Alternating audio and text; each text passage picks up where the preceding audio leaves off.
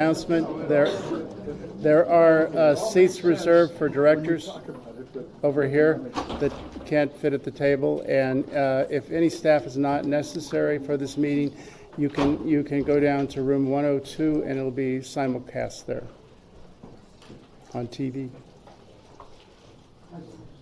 Okay, it's time for the meeting now. We can start. Okay, this is a joint meeting of the Special Committee on Bay Delta and the Water Planning and Stewardship Committee.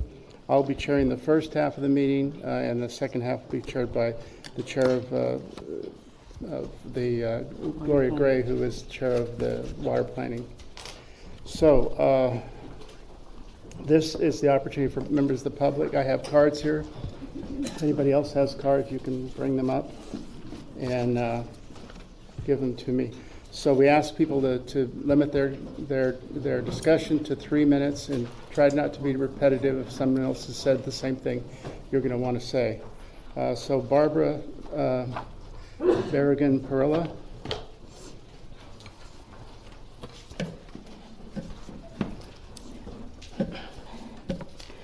Good morning, Chair and committee members. I'm Barbara Berrigan-Perilla, Executive Director with Restore the Delta. We represent 50,000 members concerned about restoring the Delta for future generations from throughout California.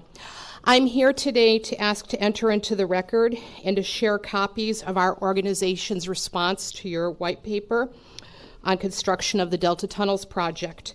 I believe there are some copies in the back. We're also requesting today that you invite Dr. Jeff Michael from the University of the Pacific to address the appropriate metropolitan committees and full board on the costs, financing, and economics of the Delta tunnels. In addition to expert engineers from Northern California and Delta fishery experts on all that we have collectively have evaluated as problematic with the project. We may never agree with you about the need for new conveyance in the Delta. However, we maintain that metropolitan member agencies are being rushed to support this project when they do not have the full scope of facts regarding costs and environmental impacts. The MWD white paper that you will be discussing today on tunnels construction is badly truth challenged. It skips over the Delta 2009 Reform Act policy mandate that importers like MWD are to reduce reliance on the Delta for their future water needs. The white paper on the Delta tunnels does not adequately cover the true costs or risks for its member water agencies. Water ratepayers in Southern California need to be aware. Are water agencies simply going to go along with the $17 billion ride because metropolitan leadership says they should? Or are they going to step up and demand hard numbers for costs and water guarantees before saddling future generations with this load of debt? We're here today to urge you to do the right thing. We want you to ask questions. We want you to hold public workshops. We want you to consult with your ratepayers at all economic levels. Be honest with them and be honest with yourselves as to what the true financial cost of this project will be and how much water you will receive for it. Thank you. Thank you, Ms. Perilla. Ryan Booms.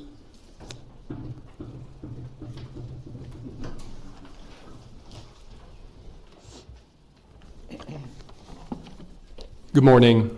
My name is Ryan Booms, and I'm speaking on behalf of Los Angeles Waterkeeper. Los Angeles Waterkeeper is concerned that investing billions of dollars of local ratepayer money to continue importing water will divert critical resources away from developing more sustainable, cost-effective, energy-efficient, and reliable local sources of water. We need to reduce through water conservation and efficiency measures. We need to reuse through stormwater capture. We need to recycle through wastewater reclamation, as the MWD and the county are planning at the Joint Water Pollution Control Plant in Carson. And lastly, we need to restore through groundwater remediation.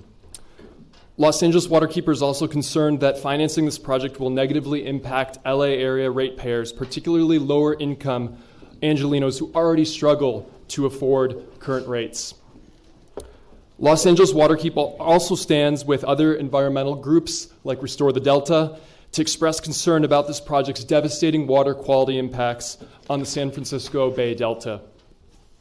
Los Angeles Waterkeeper is also troubled by the expedited timeline to approve this project. The 3 major white papers require extensive vetting by the MWD and outside groups like Los Angeles Waterkeeper.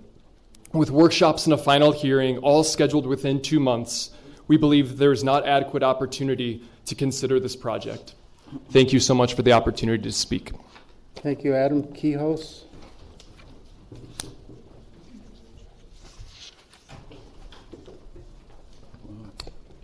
Good morning. Thank you. My name is Adam.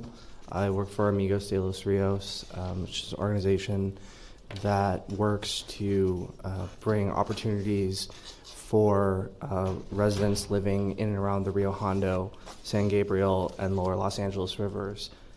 Today I'm just asking that you withhold this decision until more environmental analysis can be conducted and until other organizations like ours can have the opportunity to participate in the information gathering and commentary process. Thank you. Thank you. Connor Everett?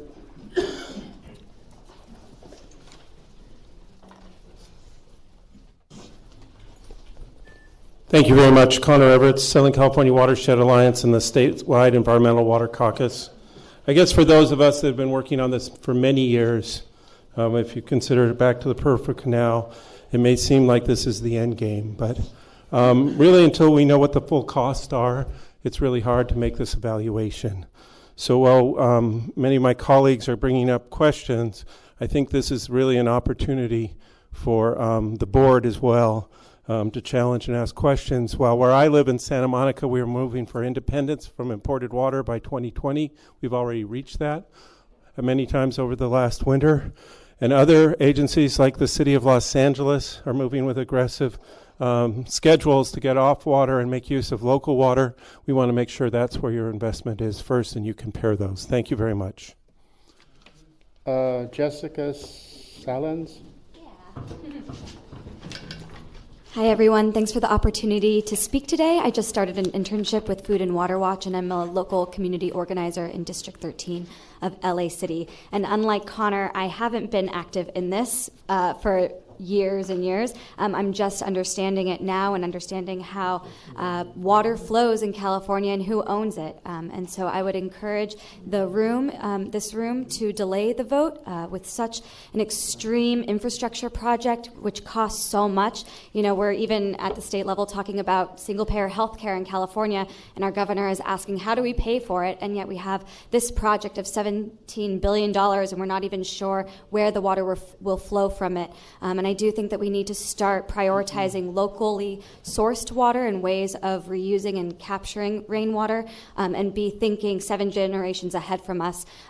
Talking to the frontline communities that have been doing this work for decades, bringing them to the table and asking, what do you think, the people that this will directly impact? Thank you so much for your time.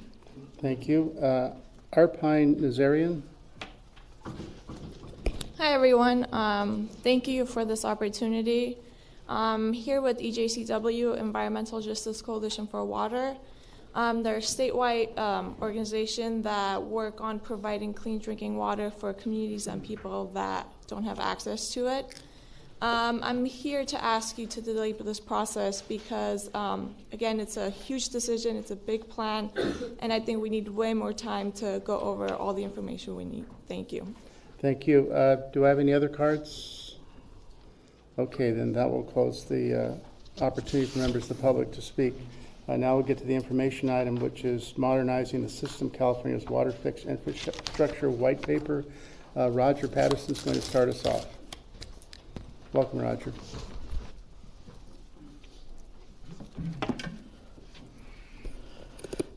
Thank you, Chair Peterson. Good morning, board members and members of the public. I'm going to kind of lay the foundation for the process that we have all worked together on to construct for consideration of this project. And I thought Connor and I were talking, we're going to cover a little bit of the background here for those of us that have been working on this for some period of time. So as you know, we, working with the board members, staff has developed this process where We will prepare a series of white papers.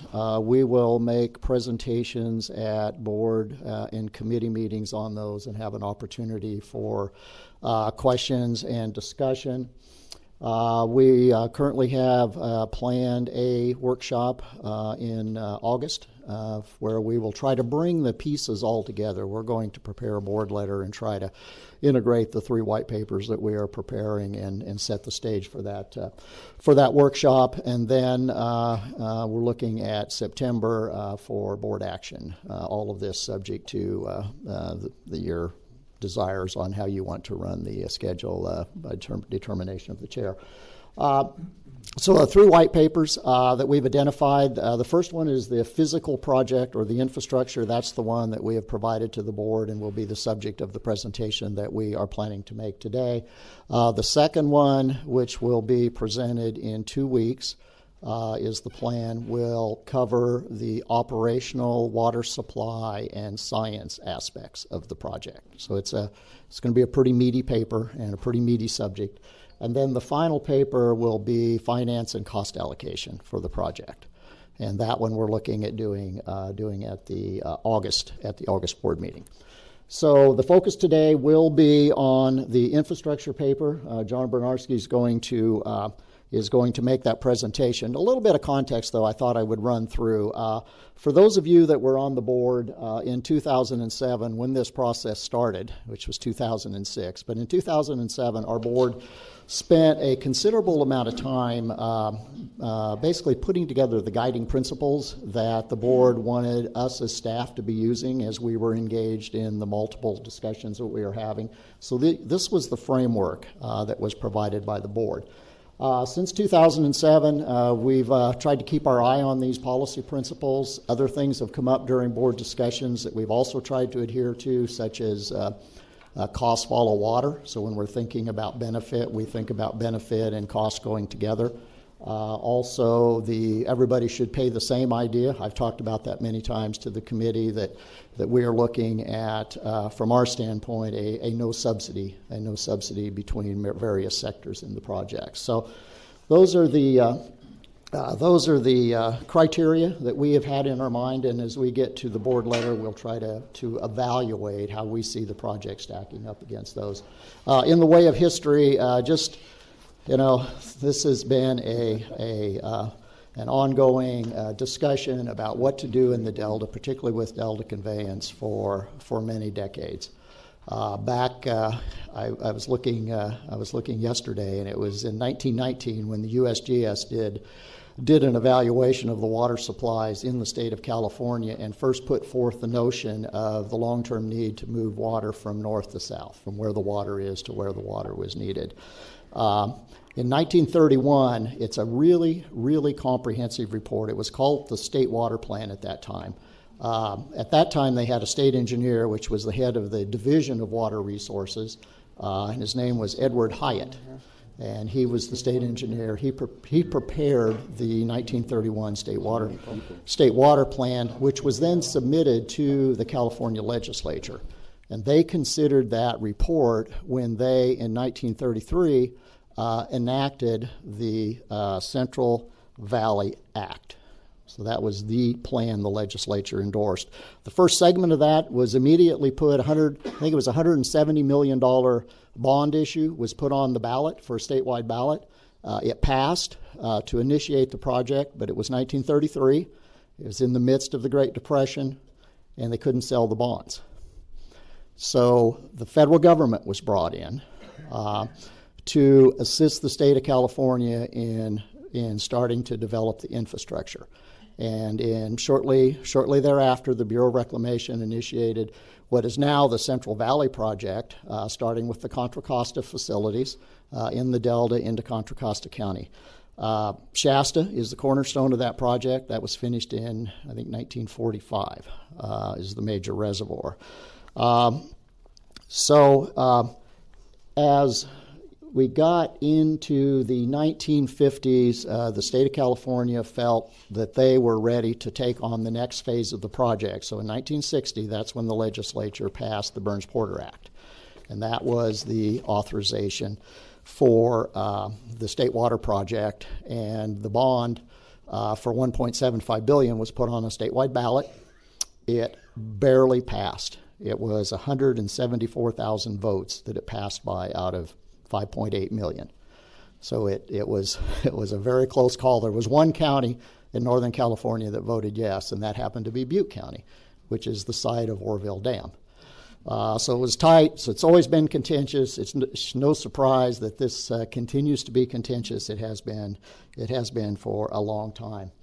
The need for delta conveyance specifically actually was included and recognized in the 1933 Central Valley Act. That was the first time that it was recognized.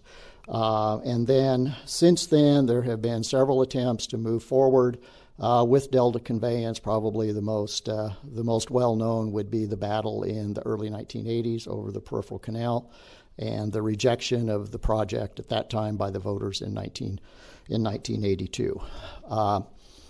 In the mid-90s, there were a lot of things continuing to move, and so there was another effort to bring together the various agencies and stakeholders to take a look at what we needed to do. We struck what's called the Bay Delta Accord in December of '94. I was working at the Department of Interior at the time and created the CalFed process. And we were trying to do three things at the time. One, we're dedicating more water to the Delta, so specifically Delta outflow. That was done in the Bay Delta Accord. Two, CalFed, which was the relevant state and federal agencies, were brought together to do the planning on what do we do about Delta conveyance and storage needs. And then three was a commitment to start funding some non-flow things for fish, and that was called Category 3 because it was the third category. We've talked to the board about Metropolitan's involvement in that, and most recently the work that was completed at Butte Creek and the success that we've had there. So that was in the mid-90s leading up to about 2000 when the record of decision on CalFed was signed. The last effort, the one we're in the middle of or the tail end of or somewhere with right now, is the Bay Delta Conservation Plan / California Water Fix. So that started in 2006 when we signed a planning agreement with the various state and federal agencies, fish agencies, and operating agencies, DWR and Bureau of Reclamation. Several of the stakeholders also signed on to the planning agreement, and that was initiated roughly 11 years ago. The situation hasn't improved in the Delta while we've done all of this work and planning, and it's been hard work, and people have worked with sincere intentions to try to address the problems no matter where you come from. I will say that, at least that's been my experience. We still have significant risks to the Delta and to water supplies, particularly those that we are interested in at Metropolitan, and we've talked about these many times: the fishery conflicts, the subsidence that we continue to experience, seismic risks, which have been looked at by various experts, and now most recently a lot of emphasis on sea level rise. So those are also in the back of our mind as we look at what do we need to see as far as performance for a project consistent with the policy principles we've laid out. You've seen this bar chart before. This is simply a representation of the combined water supplies that we've seen exported for the state project and the CVP together, and the various things that have occurred. I'd say particularly passage of the federal Central Valley Project Improvement Act in 1992. I mentioned the Bay Delta Accord. In 1994, there have been some subsequent actions, the most recent associated with the biological opinions in 2008, 2009 that were issued by the federal fishery agencies. What does it look like in the future? We're not sure. We get a lot of these questions, and the state actually did, I think, a very good paper on how is what we're doing now the same and how is it different from the peripheral canal, because in essence it's trying to achieve many of the same things. One, it's underground as opposed to being above ground. That's a major change. The other thing is the size. The size of the diversion we're looking at now is about 40% of what was looked at back in the early 1980s. And then we know a lot more about science. We know a lot more about adaptive management and the need to restore the delta. So I'm going to turn this over to John Bernarski. The focus today for the infrastructure, the hard infrastructure that we want to talk about is, what is it? Is this constructible based on our evaluation and experiences Metropolitan has had? Can we manage the risks that are associated with, and how would we go about doing that? How would we assess what those risks are? And how do we make sure this can be constructed in a way that will protect Metropolitan's interest? So I want to introduce John. I also want to introduce Sergio Valles. John Bernarski and Sergio Valles from Metropolitan engineering staff have worked very closely with the State Department of Water Resources and done an outstanding job in influencing how this project has improved over the last several years. They were the brainchild behind the gravity flow system, going to a single pumping facility down at the lower end, and some of those other ideas that have, I think, made the project much better over time. So Sergio's sitting over here. He's going to clean up if John makes a mistake, and at this point, I'm going to turn it over to John. John, before you start, I just want to comment that the white paper I read, it was a refresher of 4 years of meetings we've been having here. And to me, every item that was in there has been discussed at these meetings for those 4 years. So I was really pleased to see it was so put together. Thank you. Okay. Thank you, Director Peterson. Good morning to the board and the public. I'll be presenting an overview of the white paper. There's a lot more detail in the white paper. As Director Peterson alluded to, we're not intended to go into that level of detail in this presentation, but we'll be hitting on these major points that Roger just presented. So I'll be talking about the water fix infrastructure, the physical facilities, particularly the project features, and how those meet the board-approved benchmarks for the Delta and ensuring reliability of supply through the Delta to Southern California. Discussing the constructability of the program or the project, looking at other large projects, whether that's tunneling or other large infrastructure projects in general, as how we stack up to those. Talking about schedule and risk and the cost of the program, of course, and then how do we plan to manage the risk and protect Metropolitan's interest through our risk management approach and also through the plan to be newly formed Design and Construction Authority. So physical features of the project, start with those.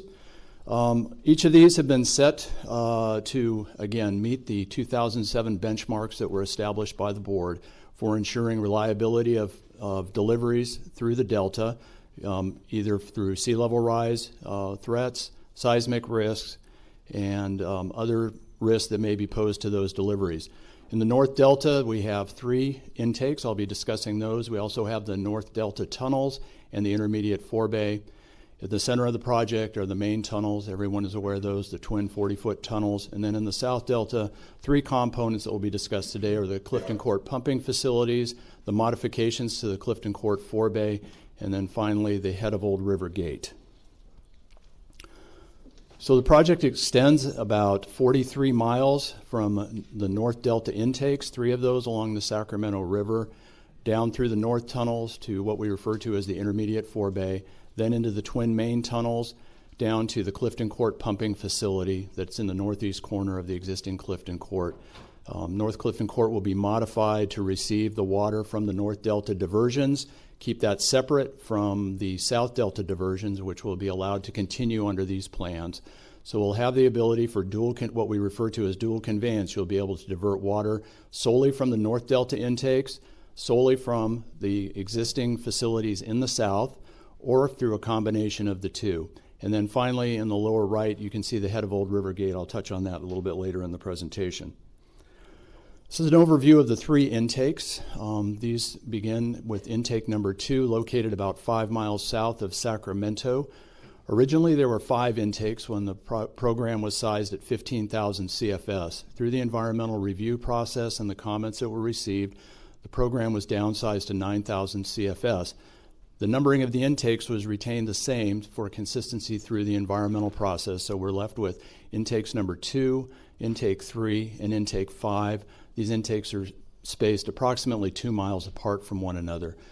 The location of these intakes was determined by a technical team that was established between federal fish experts, state fish experts, DWR, and other experts in fish and aquatic studies areas. So these were all agreed upon ahead of time, and now the engineering team has gone ahead and engineered these and laid them out to those specific locations. You can see that each of the intakes are connected by a tunnel system. We have two 28-foot diameter tunnels that will convey water from intakes 2 to intake 3. Then that will be transitioned into a 40-foot tunnel, and then from intake 5, we also have a 28-foot tunnel. This is a representation of how the intakes look today. These have evolved over time, but this is a proven technology for on-bank fish-screened intakes. There are several of these along the Sacramento River already and operating within their specifications. You'll notice the fish screens along the river. Then we have a series of box conduits that convey the water into the sedimentation basins where larger particulate matter from the Sacramento River can be settled out before that water drops into the tunnels. One thing to note here is that we have, as Roger mentioned, moved the pumping facilities from these locations down to the south. Again, this was in response to comments we received during the environmental process. And then we also modified the sedimentation basins. Originally, they were concrete basins, and those of you that are familiar with Metropolitan's water treatment plants, they're very similar to those, large concrete structures, and because of the nature of the geology in the delta, these are going to be pile-supported structures. So tens of thousands of cubic yards of concrete would have been required. Hundreds and hundreds of piles would have been driven to support these. We are now following an approach that is also used up at the Red Bluff facility north of Sacramento, utilizing earthen basins. This has helped us reduce construction impacts as well as our greenhouse gas footprint for the overall program. Water is flowing down the Sacramento River. One of the advantages of having the screens along the river at this location is that now migrating fish are not trapped in a dead-end situation like they are at the South Delta. They'll be able to swim by these fish screens, and I'll talk about that in just a minute. So here's what the fish screens will look like. Each of those fish screens will vary depending on the depth of the Sacramento River at these different locations, anywhere from 12 feet to 17 feet high. At intermediate areas along the run of the intake, there will be refuge areas established where the screens will be blanked off to allow the fish to rest in those areas before they continue their journey past the screens. Again, technology that has been used in other locations along the Sacramento River. And then this is a close-up of what the screens will look like. Again, direct copy of some of the other screens that have been used along the Sacramento River. And the important things to point out here is the screen spacing at 1 3/4 millimeter, and then also the approach velocity. This is a key criteria for the design of the screens and sets the overall sizing of the intakes in the different locations is the 0.2 feet per second velocity through the screens at the maximum diversion of 3,000 CFS per intake. This criteria was set to allow Delta Smelt to be able to navigate by the screens without becoming impinged against the screens. And even though the Delta Smelt are not known to migrate up as far north as these intakes are, if they do begin that migration in the future, these screens can be in full operation with the Delta Smelt in the vicinity of the screens. So talking about the north tunnels for a few minutes, I already touched on those, so I'll move through this rather quickly. There are 3 tunnel reaches, about 13.5 miles of tunnel, 2 28-foot diameter tunnels, 1 40-foot tunnel, and the purpose of these tunnels is to collect the water from the intakes and bring that to the intermediate forebay. In prior iterations of the project, a lot of the collection facilities in this area were going to be cut and cover pipelines. For example, dual conduits, 16-foot pipelines constructed in that soft material. As we got into doing the conceptual design, it was determined that tunnels would be a preferable way to go, both from constructability and also from potential impacts to the local communities in that area. So the intermediate forebay receives water from the 2 north tunnels, allows us to commingle those supplies and then split that water equally into the 2 main tunnels going south. Those are the 40-foot tunnels. The footprint of the forebay, water surface is about 40 acres. The overall footprint is approximately 100 acres. This is another refinement that we made during the environmental process. The original intermediate forebay was approximately 750 acres of footprint. We've been able to reduce that to 40 acres, kind of the bare minimum required for two things: to be able to feed the pumps with a consistent source of water 30 miles south, and then also to dampen any hydraulic surges that might occur if there's a power trip at the pump station and that hydraulic surge comes back. It will be dissipated in the intermediate forebay before reaching the Sacramento River. The main tunnels, twin bore tunnels. Things to point out here, they're going to be deep tunnels. The bottom of the tunnels are set right now at about 150 feet below grade. We're looking for ways possibly to bring those up to reduce tunneling costs and to make the project basically easier to install.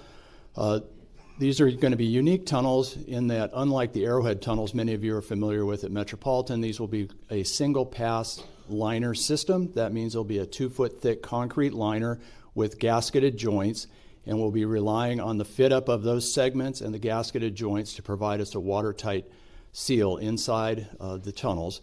The top photo there is the Port of Miami tunneling machine. It's about 42 feet in diameter, so very similar to our size. And the bottom photo is a 40-foot inside diameter tunnel that crosses underneath the Sea of China in Hong Kong. And I represent that photo just to show you how tight the fit up of these tunnel segments can be to allow us to mitigate any kind of seepage into the tunnel or out of the tunnel, virtually watertight tunnels. The next component of the program is the Clifton Court forebay at the south end. Currently, Clifton Court forebay provides the feed water to the Banks pumping plant. The Banks and Jones export facilities are on the far right of this slide.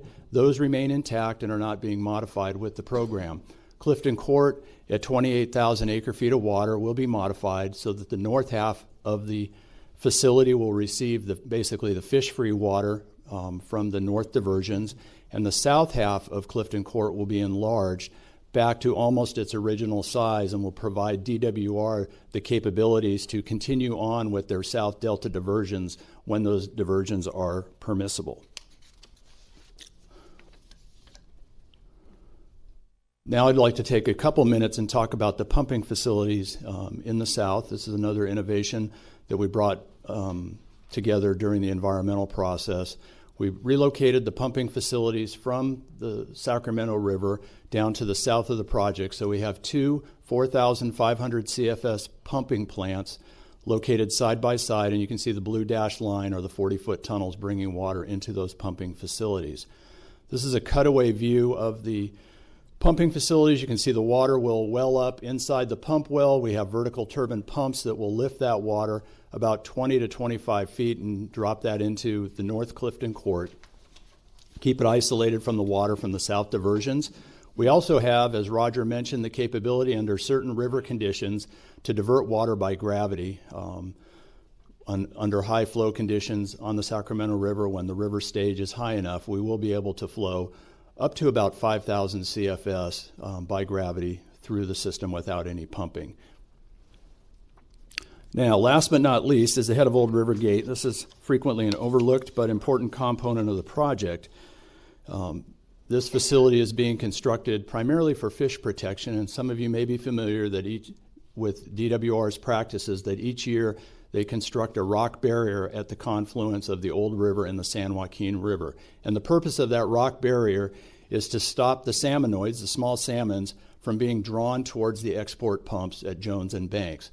With the rock barrier in place, the fish are instead diverted down the rest of the San Joaquin River and they can make their way out to the ocean.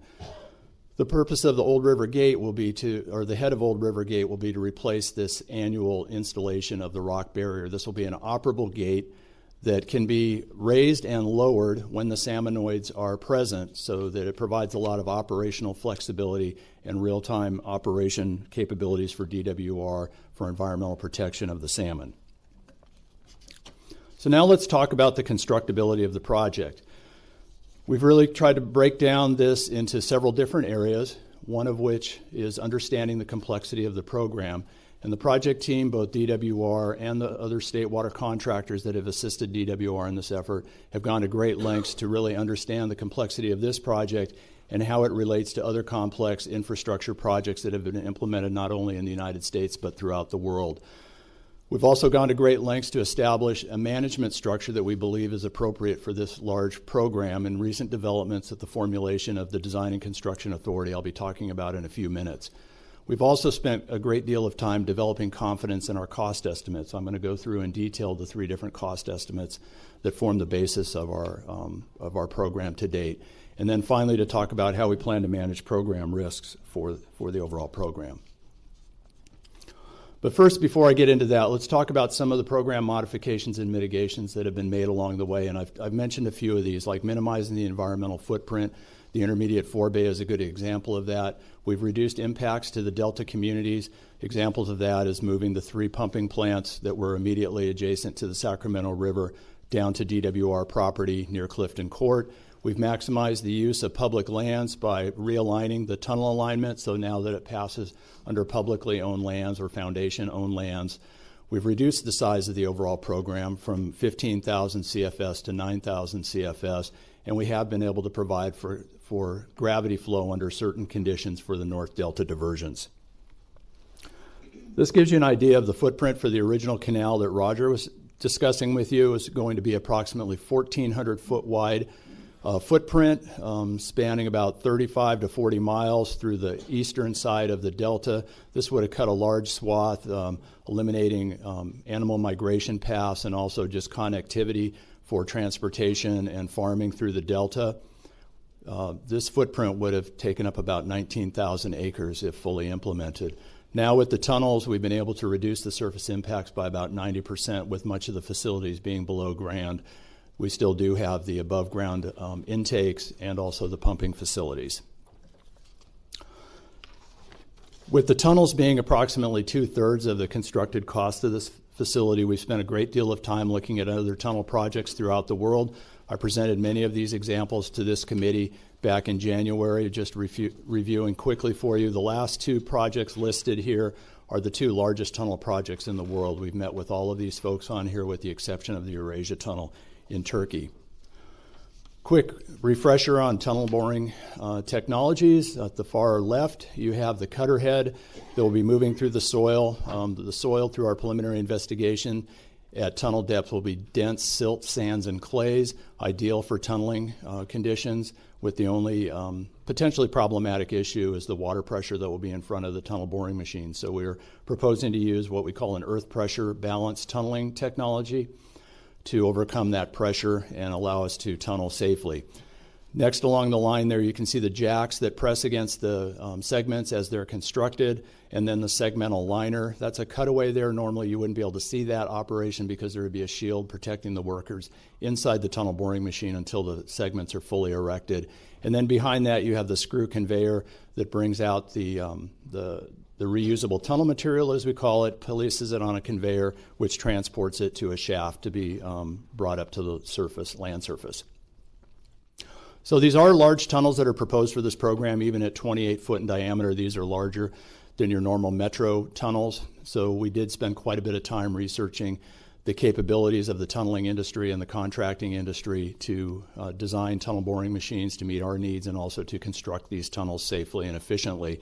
And so what we found here, this is a representation of where our tunnels will sit as far as the state of the practice for worldwide tunneling technology. So we feel that we're in the sweet spot of the large tunnel boring machines. There's a lot of experience with designing, building, and operating these size machines, a lot of successes. And then as you move out to the right side, you can see those 2 large tunnel projects that I mentioned, both the Seattle project and the Hong Kong project. Many of you are aware of the difficulties that the folks up in Seattle ran into with the Bertha tunneling machine.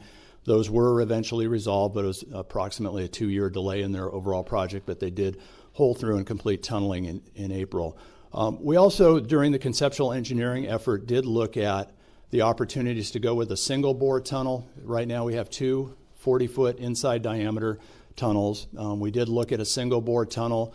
We were estimating that in order to convey the full 9,000 CFS, that we need an inside tunnel diameter of approximately 56 feet. which would translate to a tunnel boring machine requirement of about 60 feet. So you can see that would be well beyond what the current tunneling industry has offered so far and successfully applied. And so that was one of our reasons for mitigating risk, at least on the tunneling side, was to recommend going with twin tunnels of a smaller diameter. Tunnel shafts will be utilized throughout the project, and this is because the delta is relatively flat. We'll be at depths of about 150 feet to the bottom of the tunnel. So we'll be using these shafts to allow us to launch the machines, which is to get it working, also to retrieve the machines at the end of their tunnel drives, and then to put all of the material and staffing and everything into the tunnels, ventilation, things like that. In long term, in the short term, the shafts will provide construction access. So in addition to these large shafts required for operating and maintaining the machines, we'll have shafts at midway locations and sometimes at specialized maintenance locations. These will be temporary shafts and will be buried, closed up and buried after construction is completed. The few remaining shafts, I believe there's about 3 of these different locations on Staten Island, Bolden, and Bacon Island that will allow DWR to get long-term access to the tunnels for maintenance, which is expected about every 5 to 10 years. So as we were developing our program plans for the overall management of the project, we also looked at other mega programs in addition to just tunnels, and this is a listing of the few that we did look at.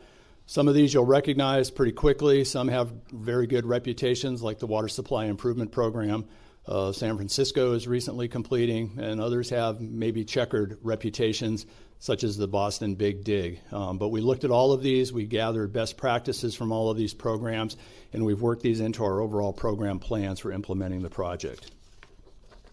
So what are the lessons that we've learned from all of these experiences that we've been gaining from talking with others on their projects?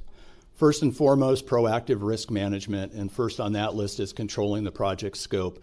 This will be first and foremost on our list of requirements. Often we see projects run into problems when they're shortly after they are authorized. A lot of additional scope is added to the project. Makes it very difficult to control your overall schedule and budget for the program at that point in time.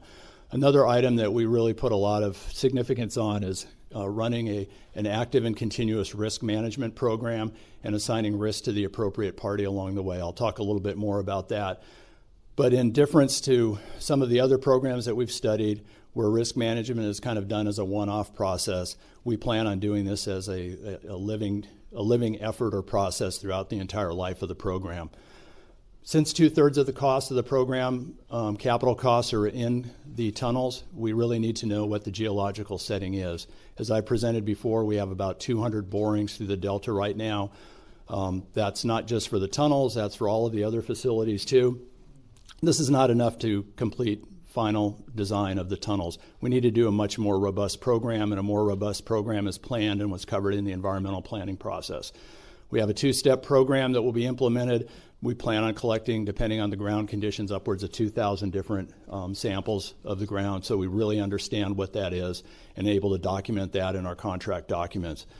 Finally, addressing long lead time items. This is really critical for these linear projects like high-speed rail, long pipeline projects, making sure that you have all of the rights of way acquired early on and that you have those in your control before you start issuing construction contracts. Utilities and coordination with outside agencies is going to be especially important in the Delta. We're going through a number of different communities, and we have to work with those counties, cities, and other localities as we move through their areas. And then finally, logistical issues. The Delta is relatively close to Sacramento and Stockton, but it is a very rural area, and we need to develop the sites before we begin to come in and work. So we'll be working on those early on. Program schedule. We currently have a program that will take approximately 16 years from initial startup through completion of construction, with an additional year or so of commissioning at the end of that. You can see staffing. We do not have a program office at this point. We'll be building one from scratch. We have sort of the nucleus of that with some staff and personnel, but it's going to take literally hundreds of people to successfully design and to construct and manage this program. So it'll take us a little while to staff up, but we think we can start design relatively quickly, about a 4-year design period, with the first construction starting about year 3 after we're given the approval to move ahead with the program. So cost estimates are very important to any program. You really need to know This will set your initial budget and also give you your benchmarks of what you're managing against. So we've prepared multiple estimates for this program, and I'll be talking about those over the next couple slides.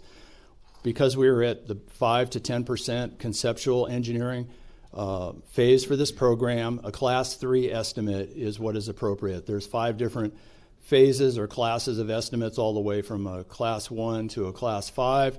We're kind of in the middle now. As we move forward, we'll be getting, with design, we'll be moving into the Class 2, and the Class 1 estimate is what you issue right before you prepare your engineer's estimate for construction bids.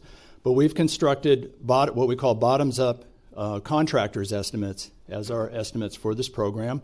And these are not like parametric models or looking at other projects.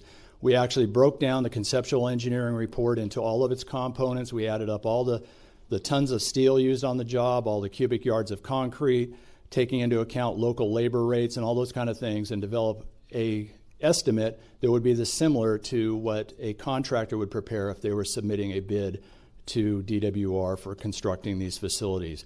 This estimate that you'll be seeing initially is in 2014 dollars.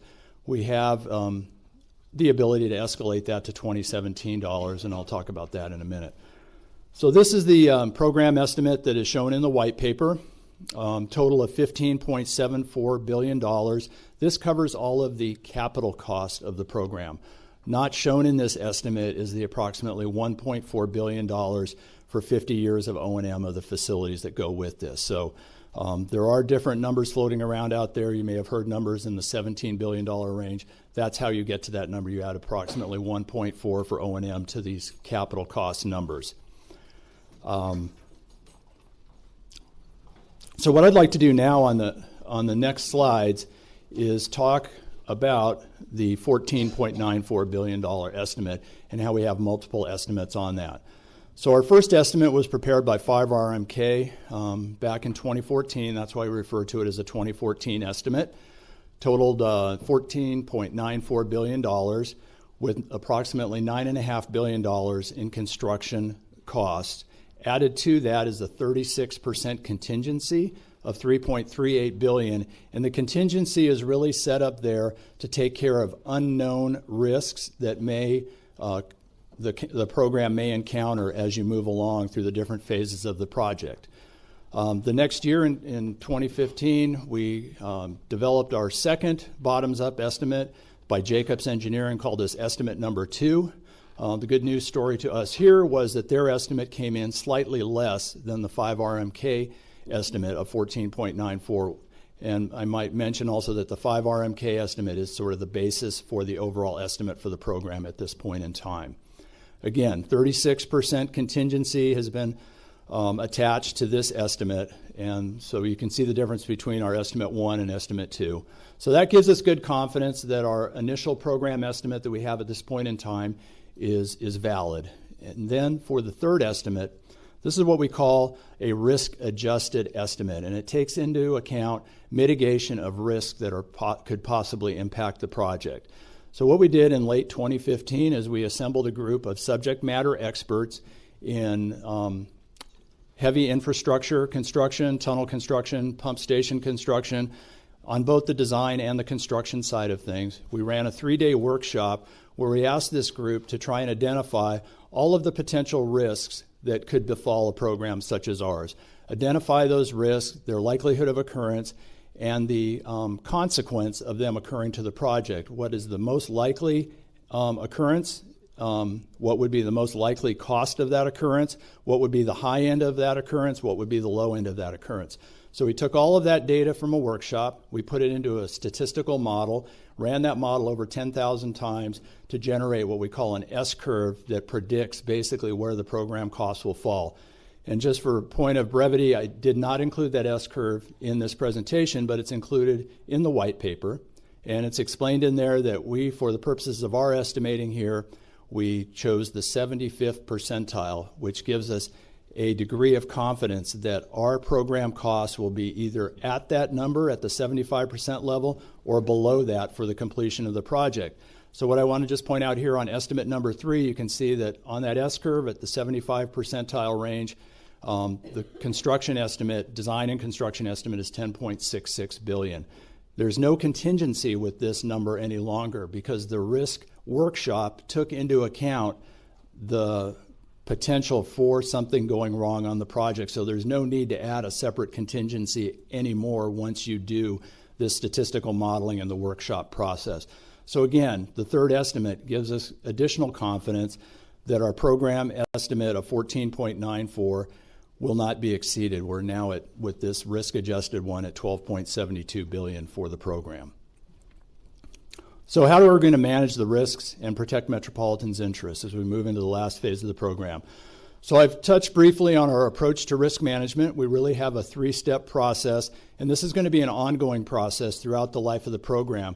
Unlike many programs that do it once and put that book on the shelf, we actually have a very high-level position identified in our organizational chart that will be responsible for doing ongoing risk management throughout the program. And there's really a three-step process to that. First, try to avoid the risk. And so, for example, on this project, we were able to realign the tunnel to avoid sensitive surface features or below ground features. So that was one way to mitigate risk, is to avoid the risk. Second would be to mitigate the risk. And those of you that are familiar with Arrowhead tunnels, we did a lot of grouting on that program as we went through fractured ground. That's a way to mitigate your tunneling risk by grouting. So we'll be looking for opportunities to mitigate risk that can't be avoided on the program. And then finally, the third effort would be to allocate those risks through construction contracts to the most appropriate party, whether that's the owner or the contractor. An example of this might be the Port of Miami tunnel, where they set up actually risk allocation funds in the project. They knew there was going to be a lot of grouting as they tunneled underneath the port.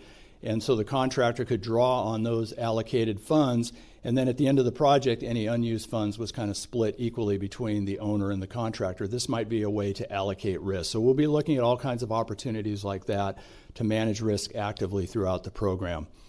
So now we move on to the actual program authority that will be charged with implementing this program. And it's recently been identified the need for a joint powers authority. A new public entity will be established, and the office will be called the Design and Construction Authority, in charge with management of design, construction, and commissioning of these facilities. It's going to be a single-purpose organization, so that means it sunsets once the project is commissioned and turned over to DWR. It's going to be under contract to DWR, not necessarily part of DWR. So they'll be receiving general direction from DWR. DWR will be able to have an opportunity to input along the way. If there are significant changes, DWR would have to be consulted on those kind of things. But the day-to-day operations will now be led by this Design and Construction Authority.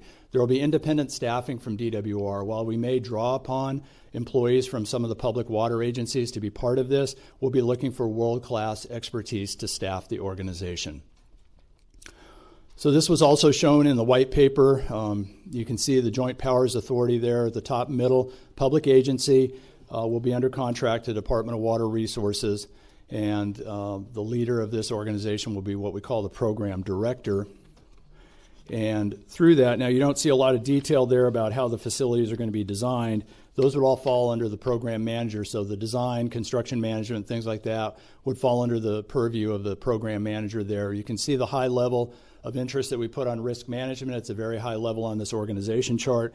But the main things this organization will be charged with is managing the risk, ensuring QA, quality assurance and quality control, providing an internal audit function. This was really helpful to us on Arrowhead tunnels. We had auditing going on continuously on the program as we got invoices in from the contractor every month, an active program controls, and then finally, reoccurring cost estimates will be generated throughout the life of the program to make sure that we're on track with our overall budget. So finally, just to wrap up, the project facilities are consistent with the board policies. As Roger mentioned, we had the 2007 benchmarks as far as ensuring reliable supply. Through all of the mitigation efforts that we've made along the way, we have not jeopardized the overall scope of the project and its purpose of the project. It will still deliver what your board is expecting it to deliver as far as a reliable supply of water from the Delta. We found through our investigations that the program can be implemented with industry best practices, and the risk will be managed through some of the methods that I've described today to ensure and protect Metropolitan's interests. And with that, I will wrap this up and open it for any questions. Director Peterson. Thank you, John. Any questions of Mr. Radowski? Director Pesquet. So I have a number of questions on the governance and then the four-year design. I'll start with the governance. Is the JPA proposed to be developed for the construction period only? It's my understanding that it would cover the design of the facilities, the construction, and then the initial commissioning of the facilities. This is akin to the method that was used for the Central Coast Aqueduct portion of the State Water Project. They had an experience very similar to this in the mid-1990s. Had you considered extending the JPA for the operations? My concern is that with some of the recent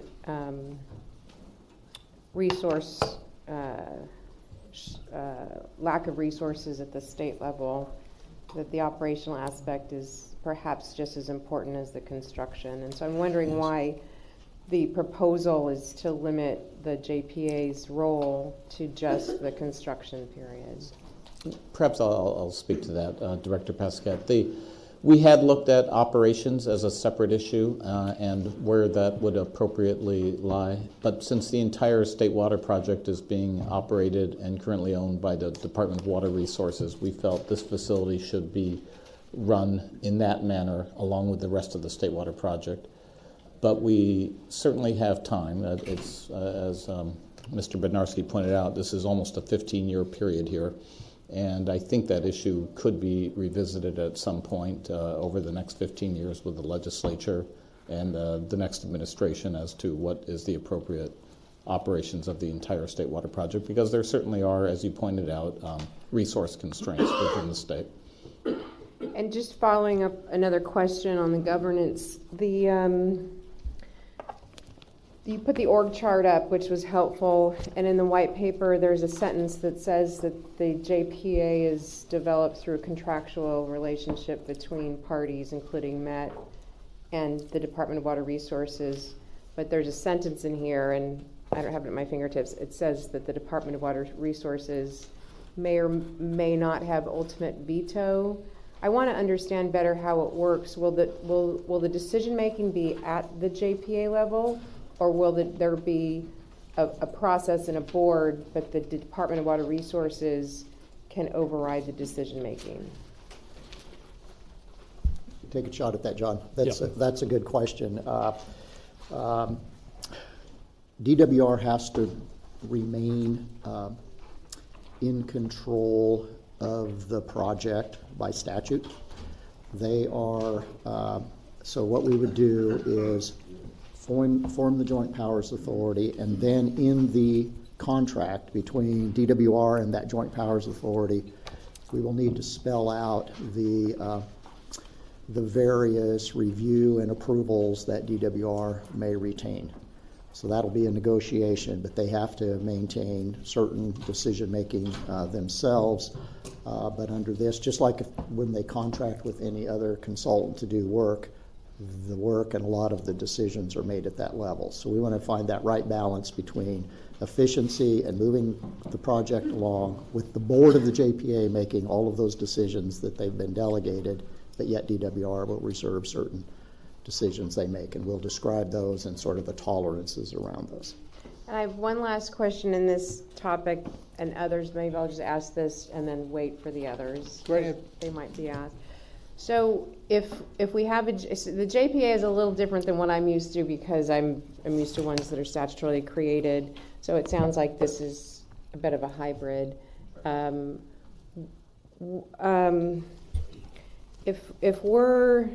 If the executives are negotiating a contractual arrangement to create a JPA in the manner that you just described, what is being considered as far as the Metropolitan Water District's representation on the board of directors?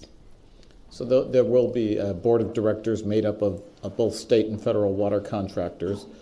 Primarily, these will be executive staff positions at each of those, and then we are still figuring out how the chairmanship of the JPA will rotate amongst the parties. So that would be how that would be staffed and operated.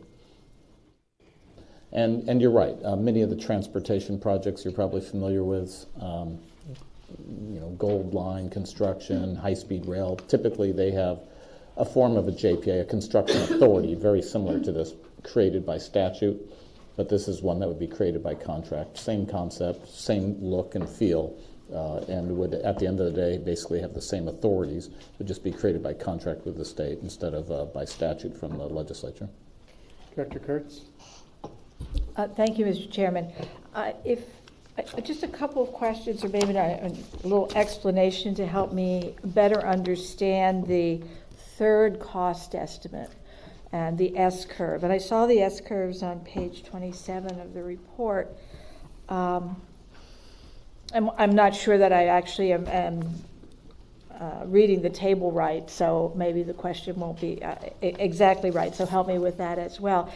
Why the 75% confidence level, and is it possible from the chart to determine if one wanted to look at the range of, say, cost from a 50% to 100% confidence level with the mitigation?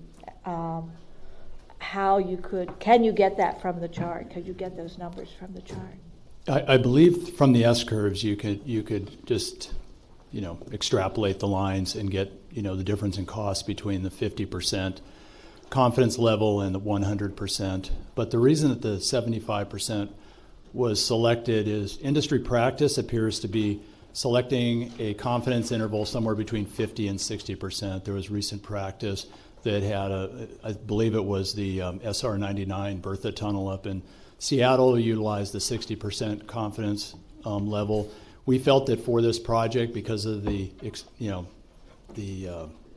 complexity of the project and the degree of magnitude of the program that we're implementing, we wanted to go with a little bit higher level of confidence of the not to exceed estimate for the program, taking risk into account. So we bumped that up from the industry level of 50 to 60% up to 75%, and then compared that with our overall program budget. So it was somewhat arbitrary, but we felt it was a conservative way to estimate what the true project cost could be if you take risk into account.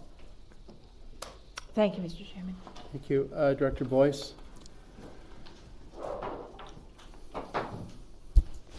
Thank you, Chair Peterson.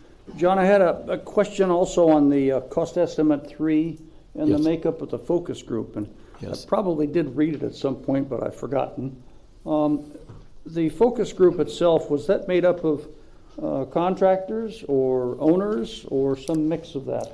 We used a mix of owners and consultants. I believe we had some contractor input during the development of the conceptual engineering report. We surveyed over almost a dozen tunneling contractors, but as far as that 3-day effort, it was primarily state water contractor staff that had some knowledge or expertise in large program implementation, some key DWR staff that had been involved in the program for a while, and then also we brought in some selected consultants to assist us in areas that we might have had maybe a knowledge deficit, like for these large pump stations or perhaps in the tunneling area and the intake. So we tried to have a well-rounded group that understood both design and construction of these types of facilities when we went through that process. Thank you. Director Lewinger? Thank you, Mr. Chairman. First, I'd ask that we sent 2 letters on this subject, and we'd like those included in the record. Thank you. And the JPA, I guess the agreement is in draft form. Is that available on the website, or can it be put on the website? We will when it gets better draft. We've still got to work through the specific representation, seats, etc. So we're not quite there yet, Director Lewinger, but we will. Okay, and then following up from Director Pesquet's questions, so the way I understand it is this JPA is sort of being formed to design and construct, sort of like there'll be a consulting firm, in other words, and a contractor all in one. And when that job is done, the JPA disappears. Is there a board of directors of the JPA while the JPA is in existence? Yes, there will be. And will that will we have representation on that board of directors? We are planning to, yes, But they can be overridden by the Department of Water Resources on certain issues. on certain, and then that's the detail. Right. On my questions, and John, thanks for the presentation. It's very well done. You talk about mitigation on this slide. What you're really talking about is mitigation of constructability, if you will. You're not. You're mitigating the risks of construction, correct? That's correct. We're not mitigating, and one of the issues that I've got, and I know we have 2 more white papers, and the next white paper's on operations. One of the biggest risks that I see, if I understand it right, we still need permits in order to construct and operate the tunnels if they're constructed. And the, if you will, the regulations around those approvals are not yet known. And that's a huge operational risk that we don't know the answer to yet. So my question is, will the next white paper discuss that risk and that the range of risk, because that risk can go all the way to zero benefit from the tunnels, would be worst case scenario, that the Fish and Wildlife agencies come out with such horrendous requirements that we get no additional benefit from the construction of the tunnels to something where we do get a benefit. Are we going to be discussing those risks as part of our operational white paper? Let me take a first shot at that, Director Lewinger. Thank you. Yeah, to be clear, in response to your previous question, the plan is to create this new entity, do the design, do the construction, and go away. The facility would be turned over and owned and operated by the Department of Water Resources under the Coordinated Operations Agreement and all the contracts, et cetera. Yes, the next white paper will, as I said, it's going to be a pretty meaty paper. It will do an analysis of what we believe the operational constraints and restrictions are. We'll try to provide some assessment of the risk associated with those. We will describe how Metropolitan will be involved in the adaptive management program and the science programs, which help to mitigate. And we need to remember that the fish agency permits for the tunnels were recently issued by the Fish and Wildlife Service and National Marine Fisheries Service. That is a huge step, but we know 15 years from now, if the project goes forward, as the science evolves, so to speak, or our understanding of the science, that changes will likely be made in those permits. We've experienced that in the past. And so we will do the best job we can of trying to be fair about an assessment of that, and it will be included in the next white paper. And then last question, Mr. Chairman.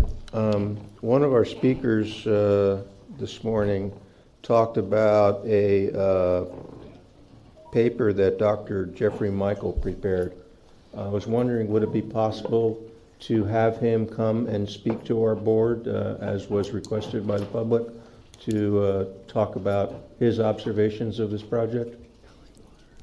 If I might, Mr. Chairman, now obviously we can look at the time schedule and all that and who we would invite in as guest speakers. The point is not to have a debate forum here. The point is to get as much information as we can on your precious time and on the calendar.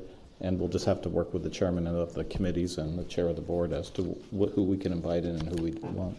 And on that financial white paper, is there any intent by staff to have a discussion about how we're going to allocate those fixed costs among our MWD member agencies, or is the assumption that we're simply going to place it on our water rate? The latter. The latter.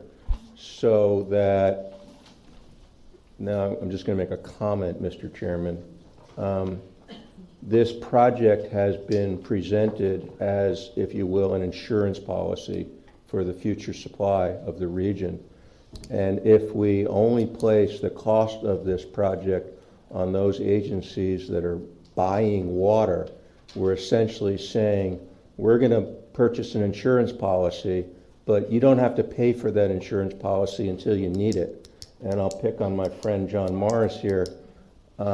His agency essentially doesn't buy hardly any water from Metropolitan, yet has the insurance, the ability to call on that water whenever he needs it. And so that agency isn't going to be paying for the insurance policy on a day in and day out basis unless he purchases water. And I have a problem with that. I know I'm in the minority, but I just wanted to get that point across. Now, I'm not picking on Director Morris or his agency, but he doesn't purchase a lot of water, so that's why I mentioned it. Thank you. Yeah, he also doesn't create any burden for the district for water. Director Steiner? Thank you, Mr. Chairman. Is the DCA and the JPA also going to be responsible for financing? I mean, I noticed that there was a financial group, but it didn't seem to be focused on the actual financing and going out for bonds or anything along those lines. Is that going to be one of their job duties? I'll take a first cut at that, and Jeff can add. The discussion with DWR and amongst the contractors has been to set up a parallel JPA to do the financing. Okay. So that's how we're looking at that, similar to what we've done in other programs. But the recommendation that we're getting from council and others is create a separate JPA, sits alongside the construction, and they do the financing aspects of it. And so that's what sort of wondered if I was reading that between the lines, because you do have the DWR having approval, and one of the things is that cost going over 5%. So I presume that whatever the separate JPA would have similar issues or restrictions put on it, such as appear here as to other things. And then I think there was a mention that you were going to talk about $2017, and I don't remember hearing that. I'm sorry if I missed it. Oh, yeah, I think I addressed it with this slide here, where we these are in 2014 dollars, the 15.74, and then if you use the engineering news record construction cost index for the last 3 years, it's averaged about 3.1, 3.2%. So just for purposes of talking roughly, adding about 10% to this number brings you up to about $17 billion for the escalated construction costs in 2017 dollars. And the last question has to deal with the permits. I know that we need permits for the intakes as well as the operation, and I know the fish permits were a very big step, as you mentioned, but I didn't recall that those actually address those particular permits. I'm sorry. So do we still need to have permits for the creation of the intakes, and we need to have permits for on top of the fish permits, right? Okay, so there are numerous additional permits that we will need. As I think we remember, the key permits we wanted to see before we could make a decision here were the federal and state fishery agency permits. Yes, Corps of Engineers will have multiple permits that they will need to issue. The State Water Board is in the proceeding to add the new points of diversion, so that'll be another form of a permit. And then the State Water Board is also not specific to this project, but they're in the middle of updating the water quality control plan for the Delta, which we will need to keep a very close eye on, and we are keeping a very close eye on and participating in that. So there are numerous permits that will still be needed, but I think the big ones are the ones that we just received. And the State Water Board was my last question, because I think they're also looking at diversion issues, correct? Thank you. Director Dake. Just quickly, the questions I have to do with beneficiary pays. I'm very eager to prove out to the people in the city of LA that the project proposed will follow the beneficiary pays principles. And LA supported the 2009 Delta Reform Act in part because it provided for beneficiary pays. So we've heard in the past from the staff that the state water project contract that we have will be sort of the model for assigning the cost of this work to the members of the state water project. And the question I have is, will the tunnels be a part of the Delta water charge? And you could respond when the time comes, when the financing white paper comes out. And second, for the Central Valley contractors, how will those contractors receive their obligations for this? Thank you. I think that's the subject for the last meeting, the last paper. No, but thank you for the input, and we'll make sure those points are addressed in that third white paper. Thank you. Thank you, Mr. Dake. Do you still want to say something? I kind of defended you. I understand that. I just, for point of clarification, the City of San Marino participated with the Colorado River Aqueduct Association in the 20s and was one of the founding member agencies of the Metropolitan. And they joined specifically as part of a collective as an insurance policy for the city. And the premium we pay is we pay twice as much for what we get over time as the second most expensive buyer of water Metropolitan, which is the city of Beverly Hills. That's about 8 times per acre foot what San Diego pays. You really didn't need to do that. Director Wunderlich? Director Wunderlich? Thank you. 2 points. I do tend to agree that if we go forward on this, that the way our ratepayers will pay for it, it would be by wrapping this into our rates the way that we usually do. But separately, I do think in the future we should have a discussion about fixed and variable components of our rates, and I've long been an advocate of increasing the fixed component of our rates because there is an insurance role, and I think that should be reflected. And secondly, there are dissenting views about this. You know, we've heard a variety of economic analyses and have touched on dissenting views of those economic analyses. But I hope we can find time in our workshops and our presentations to not necessarily have a debate, but to have those presented. I know I like to hear all perspectives on an issue, and I know I get asked about this. I know that there's people in the public who are following some of these dissenting views, and I get asked about those questions. And I'd like a better knowledge base to know why these people are coming to very different perspectives on some of these issues so that I can address them. I would like to be able to make the time so that we can hear some of those things as well.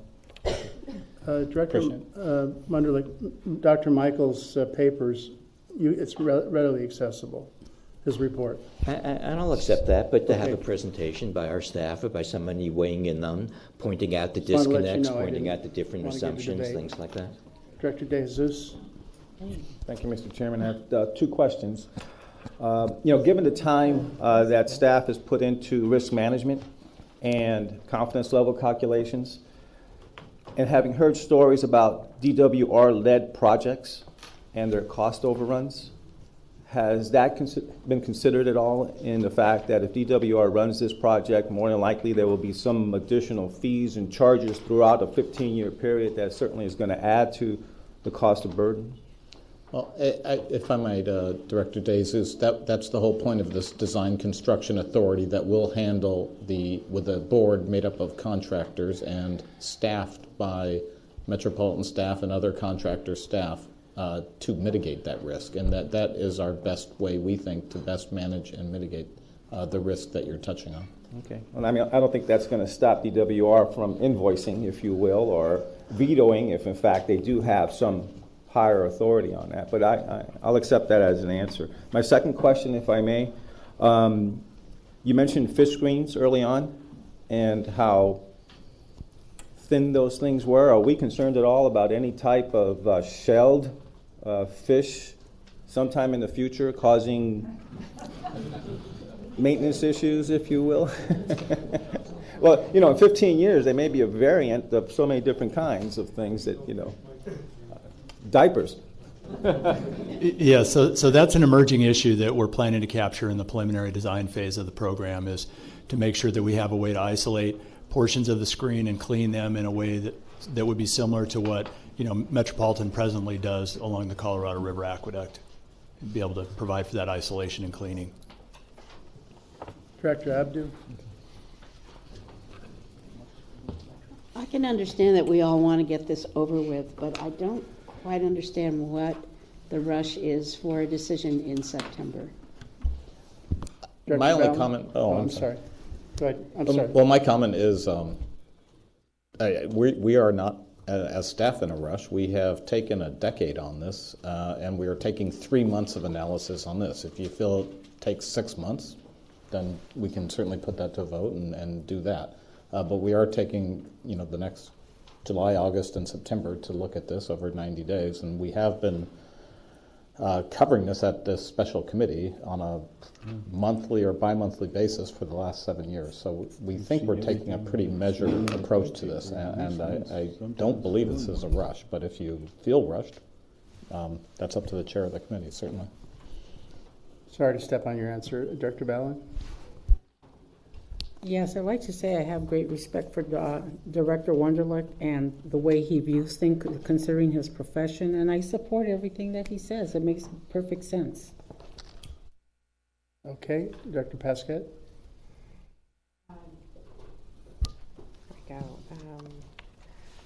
On a question and then just a comment maybe for the next white paper. Jeff, in addition to the vote in September on the funding, will the vote for the board also include the delegation of authority for the JPA? Yeah, our idea is that when we bring it to the board for an action, it would be an encompassing action that would authorize the Metropolitan's participation in the JPA, the financing, and commitment to the project, and other ancillary measures that would be needed to move forward. Okay, and then just a comment, and this might be for the next white paper. On page 26, there's a very small section on the mitigation for the presentation today, and to me it felt like it could have been longer, and it maybe could touch a little bit more on California Eco Restore. Is that something that's going to come in the next white paper? Yes, that's a good point. It's intended to be covered in the next white paper, and to the extent we don't, certainly both the mitigation and Calico Restore and environmental issues with the project will all be, in theory, captured in that next white paper. And, I've heard comments about perhaps, more commentary on some of the other economic analyses out there and some of the other dissenting views. One of the things I think we're looking for in this process is to get more input on that, and if we need to have a fourth paper that covers frequently asked questions, other concerns, things like that, we'll certainly prepare that and distribute that as well. Because the way you were, I don't know if you wrote it or Roger wrote it. I certainly didn't write very much of this. That I can guarantee. It says that we're not going to see the environmental mitigation until after, so it says upon project approval, so that I read that as September, and I would hate to wait until after the project approved before we can see the planned environmental mitigation. No, we will have that.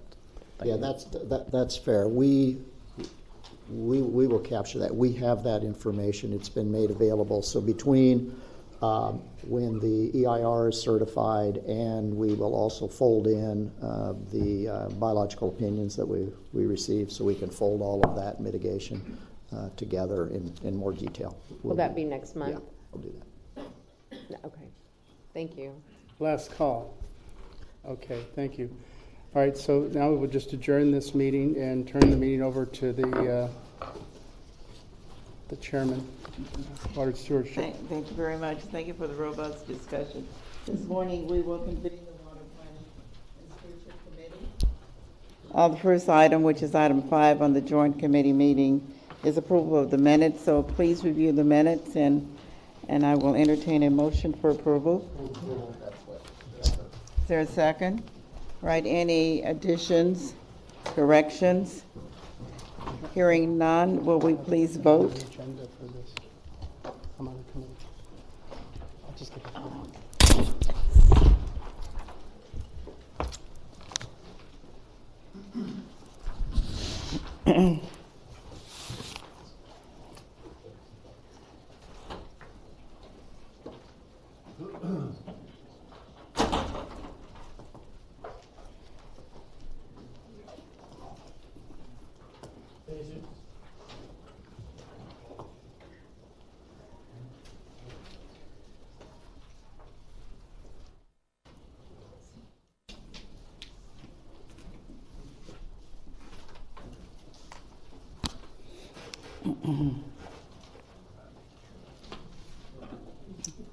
Has everyone voted?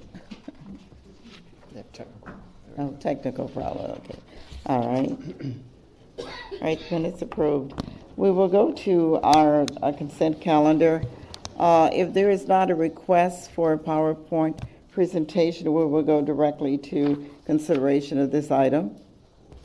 All right, I will read the item 7-2, adopt CEQA determination and authorize entering into an agreement with ICF Jones and Stokes Incorporated, utilizing funding from California Department of Fish and Wildlife Proposition 1 Delta Water Quality and Ecosystem Restoration Grant Program, agreement number P1696028, investigating the factors that affect lungfin smelt abundance, distribution, and recruitment in the Upper San Francisco estuary for an amount not to exceed $330,811.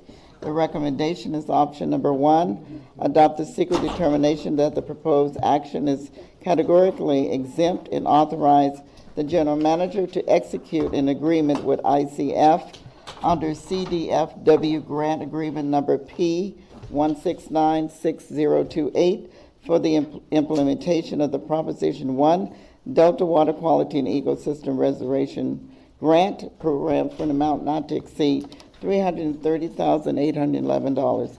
Is there a motion to approve? Move it. Second. All right, any discussion? All in favor, please vote.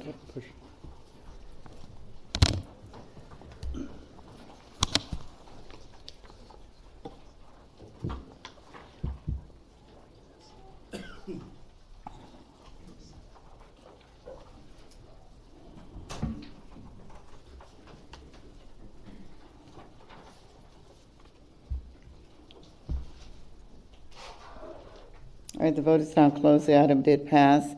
Item 7, before we hear this action item, I think it would be helpful to the committee if we would move item 8A, which is an oral report on water surplus and drought management. If we could hear that report, I think it would be helpful to the committee before we consider the action item. So with that, Dimitri, please, or get Devin, did you want to introduce, or just Dimitri? Thank you. Thank you, Chair Gray. Good morning, everyone. This is the July. Actually, that is not the presentation. We're going to do wisdom first. We've taken them a little bit out of order today. But I'm happy to do that for James. If 7, the action.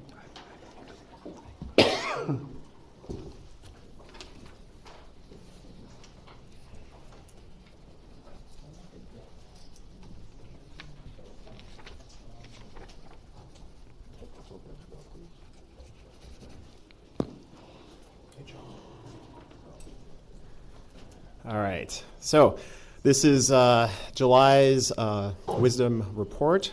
We're going to cover a couple items here. We're going to recap where we are with our water supply demand balances. Spoiler alert, we still have a lot of water to manage, and we're going to talk about some of the challenges that we're faced with in managing those supplies this year, and then we'll finish up with the options that staff is pursuing and proposing to meet those challenges. So this is our supplies as they're stacking up this year. Not much of a change since last month, so I'll quickly just put them up here. And they total about 2.75 million acre feet of estimated supplies for the calendar year. Our demands are coming in at 1.47 million acre feet. Again, not much of a change from last month, but this does represent the lowest demand we've seen, or at least projecting to see this year, since the mid-90s. And so what that has done is it leaves a lot of water for Metropolitan to manage this year. Roughly 1.3 million acre feet. That actually is the most water we've ever had to manage in our history. And so one way to manage that is to store all that water. And so what this graphic is showing should be familiar to you all. It actually now looks all the way back to 2000, but this is our end of year storage, dry year storage graphic. And so if we were to manage all this water through storage programs, this gives you an idea of where we would end up this year. Quite a significant rebound in our storage accounts.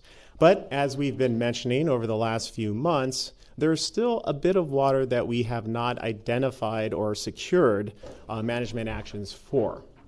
So let's look into that a little bit more detail. So this is just blowing up the projected 2017 end of year dry year storage. And so what that's made up of is our emergency storage and our end of year dry year storage from last year. So this is essentially our starting conditions for this year.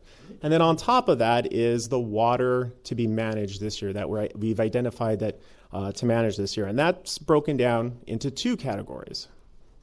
The first is the storage programs that we have already identified and secured.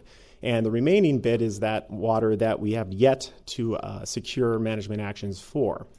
And so here's where we start to see a bit of a difference since last month.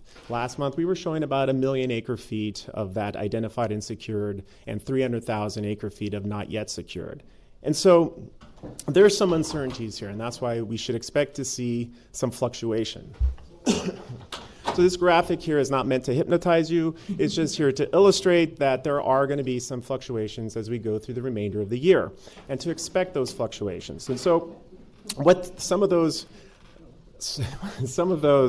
uncertainties involve the put capacities. So although we mentioned them as identified and secured, the issue really is how well they will perform. So for example, our State Water Project groundwater storage programs, those are clearly authorized and secured and identified storage programs.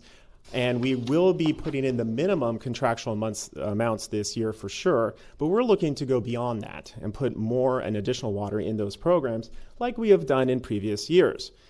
The problem there is we're not the only ones trying to put more than our contractual minimum amount, so we are competing with other entities. We are working closely with our storage partners, and they are well aware that we do want to store as much water as possible, and we're looking at all opportunities to do just that this year. The other piece of this uncertainty for our put capacity is operational constraints. And we've started to see some of that, and it's similar to what's happening with our groundwater storage programs in the Central Valley, is that we're competing with capacity on the East Branch with our fellow state water contractors that participate in those reaches of the California Aqueduct. So typically when there's available capacity, one contractor is not using their full amount, another contractor can come in, and Metropolitan has done this in the past, and used that unused capacity. Well, right now, at least for the last couple of months, all of the capacity is being used. And so that might hamper our ability to fill DVL this year. I say might because we still have some opportunities as the year progresses to bring in as much water as we can on that. So these are some of the uncertainties revolving the put capacity. So again, we shouldn't be surprised to see that blue section and the hash section continue to fluctuate as we go through the year. Demands, of course, is another key uncertainty, though that is a wild card every year. And then also with demands, the higher the demand, the less water Metropolitan would need to manage. The lower the demands, that means more water for Metropolitan to manage. And then with supplies, also another uncertainty there, the key one being the Colorado River adjustment for higher priority users. Historically, we have seen that adjustment swing 100,000 acre feet plus or minus. So that certainly could also be a cause for some changes as we go through the year. So of course, these uncertainties provide a bit of a challenge, but essentially what we're dealing with this year is a lot of water and very low demands. Supplies have been increasing. We have an 85% State Water Project allocation. That's the highest it's been in 11 years. When you add on top of that our Article 21 supplies, that equates to about a 6% allocation with the supplies that Metropolitan has already brought in. So we're really managing about a 90 to 91% allocation this year. And of course, there's been some supply benefits from the transfers and exchanges that we've participated in.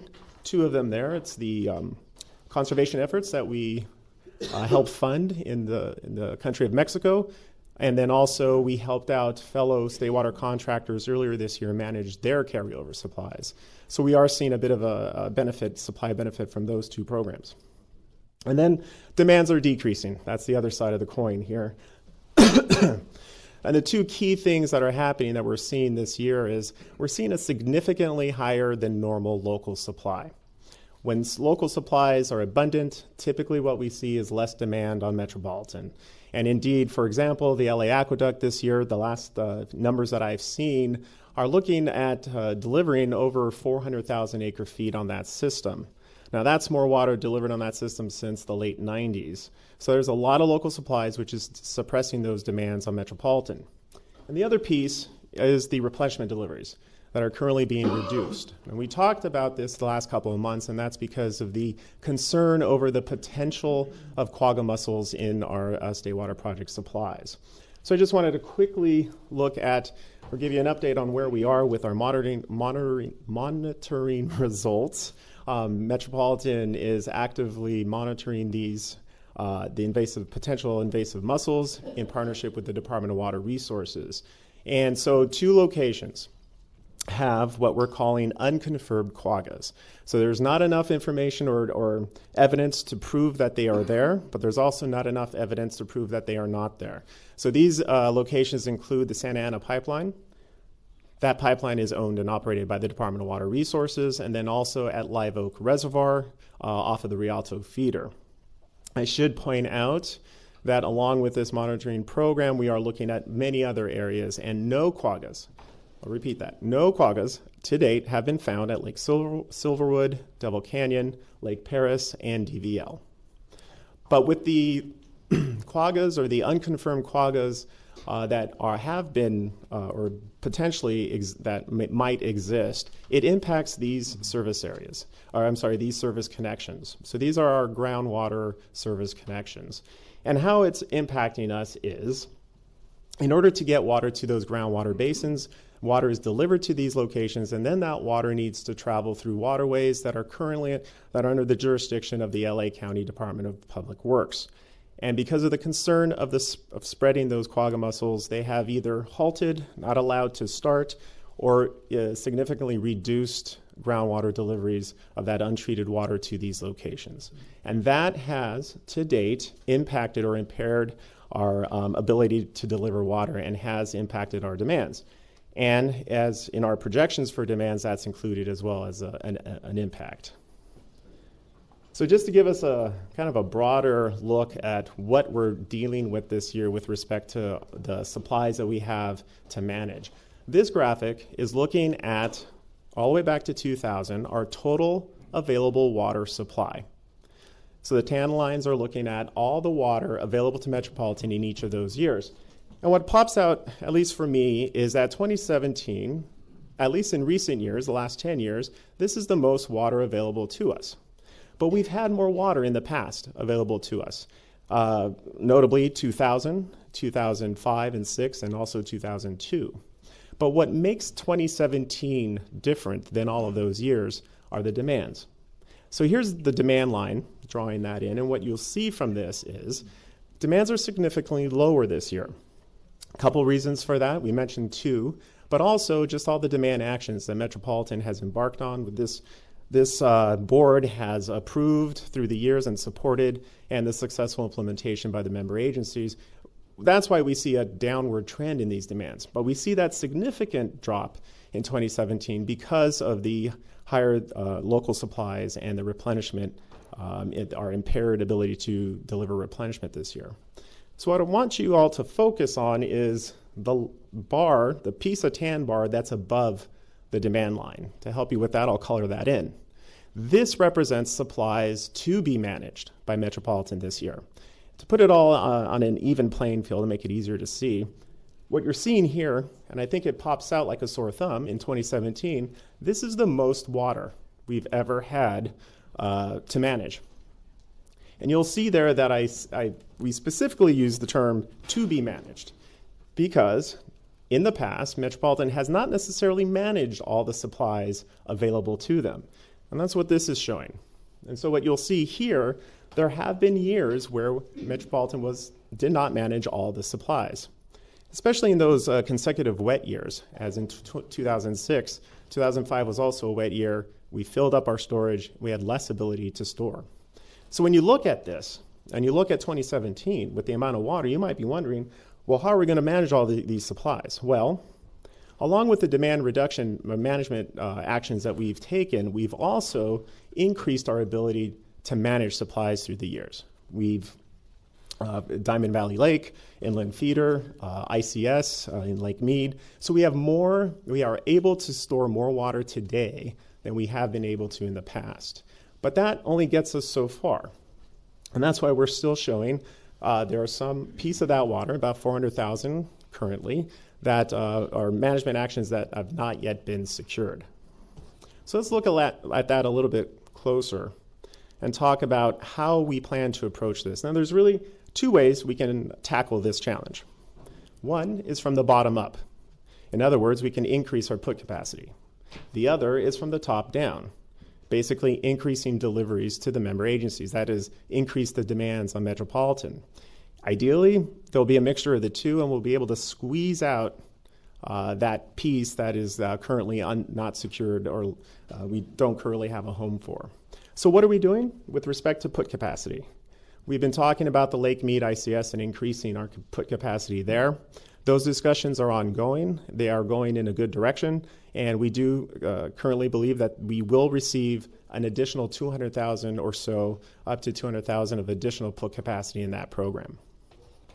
That'll help take a big chunk out of that 400,000 that we have still unsecured for.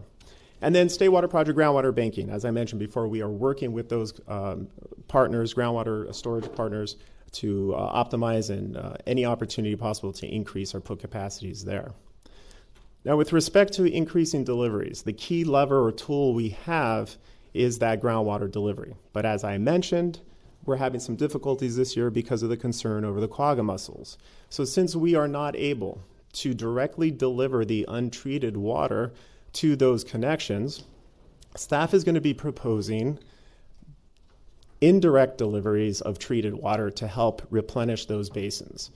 James Bondnar is going to be up here in a few minutes to discuss the details of that program, but we wanted to introduce it here to give you perspective of where it fits in with the whole portfolio of actions available to Metropolitan and proposed actions that will help manage the supplies that we have available to us this year. So that brings us to the end of the wisdom presentation. Happy to answer any questions. Okay, any questions? All right, thank you, Dimitri. Director Go.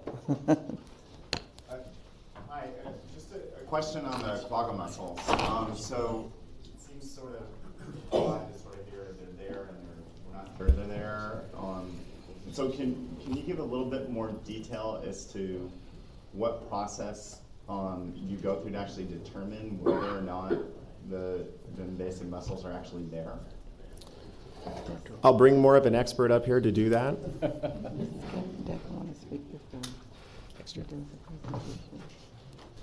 Yeah, Director Gold, let me tell you what I know. Our water quality laboratory does the analysis. It's a two-part test. The first test is a screening test. It is a visual test with a microscope. They stain the sample, and then they look at it under a microscope. And they say, yes, it's a quagga, no, it's not. That's the first test. The second test is the confirmation, where they actually take a piece of the quagga mussel, or in this case, the veliger, the larvae stage. They take an actual piece of it, and they do a DNA confirmation. Okay? And what's happening in this case is the screening test is a positive, the confirmation test is a negative. And as far as Department of Fish and Wildlife is concerned, that's unconfirmed, there's nothing there. That's standard textbook, if you will. So it's a two-part test, and that's what's been happening. So basically, all I'm saying is nothing there, although it seems like there's some sort of mussel veliger that's in there. Maybe it's a native mussel, which also should show up in the DNA testing. Are you actually identifying what you are finding? Because that would pretty much should get the county's concern to go away, which I think shouldn't be that hard to do. No, good question. Excuse me, Director Go. Could you please come to the microphone so the question is on the record, please? Sorry. Here's a seat here. Sorry. This one. Okay. Oh. Right here. Thank you. Go ahead, Jim. Sorry about that. Yeah, Director Gold, just to get back in your question. So what are we confirming with the DNA test? The test is failing. It's inconclusive, according to the laboratory. The samples are such, first of all, there's extremely low concentration. The second thing is they believe the veliger, or the larva in this case, is damaged or could be damaged.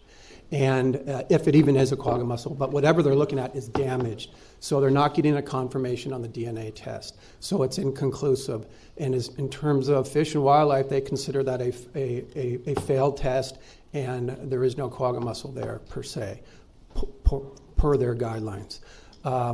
Again, we've done this test for well over 10 years on the Colorado River side, both the screening and the confirmation with the DNA. It works very well. It's just very different on the state project side, maybe because of the uniqueness of the water quality. Last thing I'll say. So I have spoken to Devin about this issue a little bit in the last couple of weeks, and I mean, with today's technologies that are available in genomics, this should be a pretty solvable problem from the standpoint of really being able to identify what is actually being found in the samples. And in which case, if you find it turns out to be a native mussel, then we should be able to do more storage. I mean, so I'm just sort of concerned that perhaps the process that's being used is a little dated from the standpoint of where genomics technologies are at this point. I will certainly follow up with our water quality lab. They have at least a half a dozen PhD scientists working on this. It's a methodology, in fact, a Metropolitan helped develop years ago. Not only is Metropolitan working on it, but it's also a Scripps Institute in San Diego is very familiar with it, and they're working on it, as well as Fish and Wildlife's laboratory. So all three laboratories are collaborating on it, but I certainly will bring that message back to them and talk to them, but I do have a number of experts working on it. And if there's anything I can do to help, let me know, since that actually is an expertise of our university that's pretty strong. Thank you, I appreciate that. All right, I think Director Hogan, did you have a comment or questions? Thank you, Chair. And thanks for the report. You reported that the Lake Mead ICS increase in put capacity negotiations are going well. We've been hearing for months that's been going on. Do we have a sense when that might conclude? And we have an answer to that? I don't have a good sense of when it will conclude, but I know there has been some progress. Comments have been provided. We're responding to those from the Bureau of Reclamation, and the other states appear to be on board, so it's just a matter of going through the full process. I don't know exactly when, but what I've been hearing is prior to the end of this year. I don't know if others are. The end of the year? The end of this year, absolutely, yeah. Hopefully it's in time so that we take advantage of it. It is. The way the Colorado River system works a little different than the State Water Project, where it's more of a month-to-month. But the accounting on the Colorado River system is done on a yearly basis, and it's actually concluded in May of the following year. So there will be plenty of time. Thank you. All right, any other comment, questions? All right, thank you, Dimitri. Devin, will you introduce item 7A-7? Yes, thank you, Chair Gray, and good morning, members of the committee.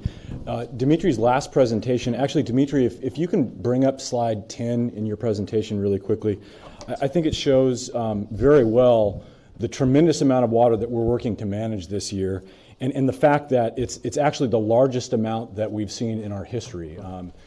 Even with the uncertainty around how much we're going to be able to capture, if you look at that bar on the right, we're going to end up capturing more water this year than in storage than any year in our history. So it's a pretty significant accomplishment. With that said, we're working to try to get that full gray hatched area captured also. And so as we look at that, in April, our intent was to bring forward an action item with cyclic agreements that would allow us to capture more of that supply here within the service area. And the board adopted that and approved our authority to then enter into these cyclic agreements. However, one of the things that's really challenged that is the issue related to quagga mussels that's just been discussed. The intent was to deliver untreated water into those cyclic agreements at those replenishment connections that you saw on the graphic that Dimitri showed. However, we've been stymied in getting that untreated delivery to those service connections. So the action item that is before you here today would deliver through an in lieu process water into those cyclic agreements as it was intended back in April. The only difference now is it's through an in lieu delivery instead. And James is going to describe that. However, I did want to respond very quickly to the fact that the Water Authority has submitted a letter opposing this item. I believe you have copies at your seats. There are two claims in that letter that I believe are in error that we wanted to address. The first one is it questions whether the agencies are willing to pay the full service rate for these water supplies. As James will describe through the cyclic agreements, the agencies do pay the full service rate, including for in lieu deliveries, the treatment surcharge. So the full service rates are applied and the agencies are charged per the rates that your board has adopted. The second piece is a claim that the reason that we're doing this is because of an exchange agreement that we have entered into with the City of Los Angeles for exchange supplies with LA. I believe their letter refers to about 200,000 acre feet that has been exchanged. That is the reason why we are bringing this action item to you. That is not true. We have entered into an exchange agreement with the City of Los Angeles. Up to this point, we've only received 700 acre feet through that exchange agreement. And as of right now, there is not an outstanding order for additional deliveries under that agreement. It may happen later this year, but right now that is not the case. So we wanted to set the record straight on those two particular items. And with that, we'd like to move into the action item. James, if you can walk us through that, I'd appreciate it. Thank you. Thank you, David. Chair and members of the committee, staff is seeking board authorization to provide in lieu credits for the delivery of water to member agencies that have cyclic agreements.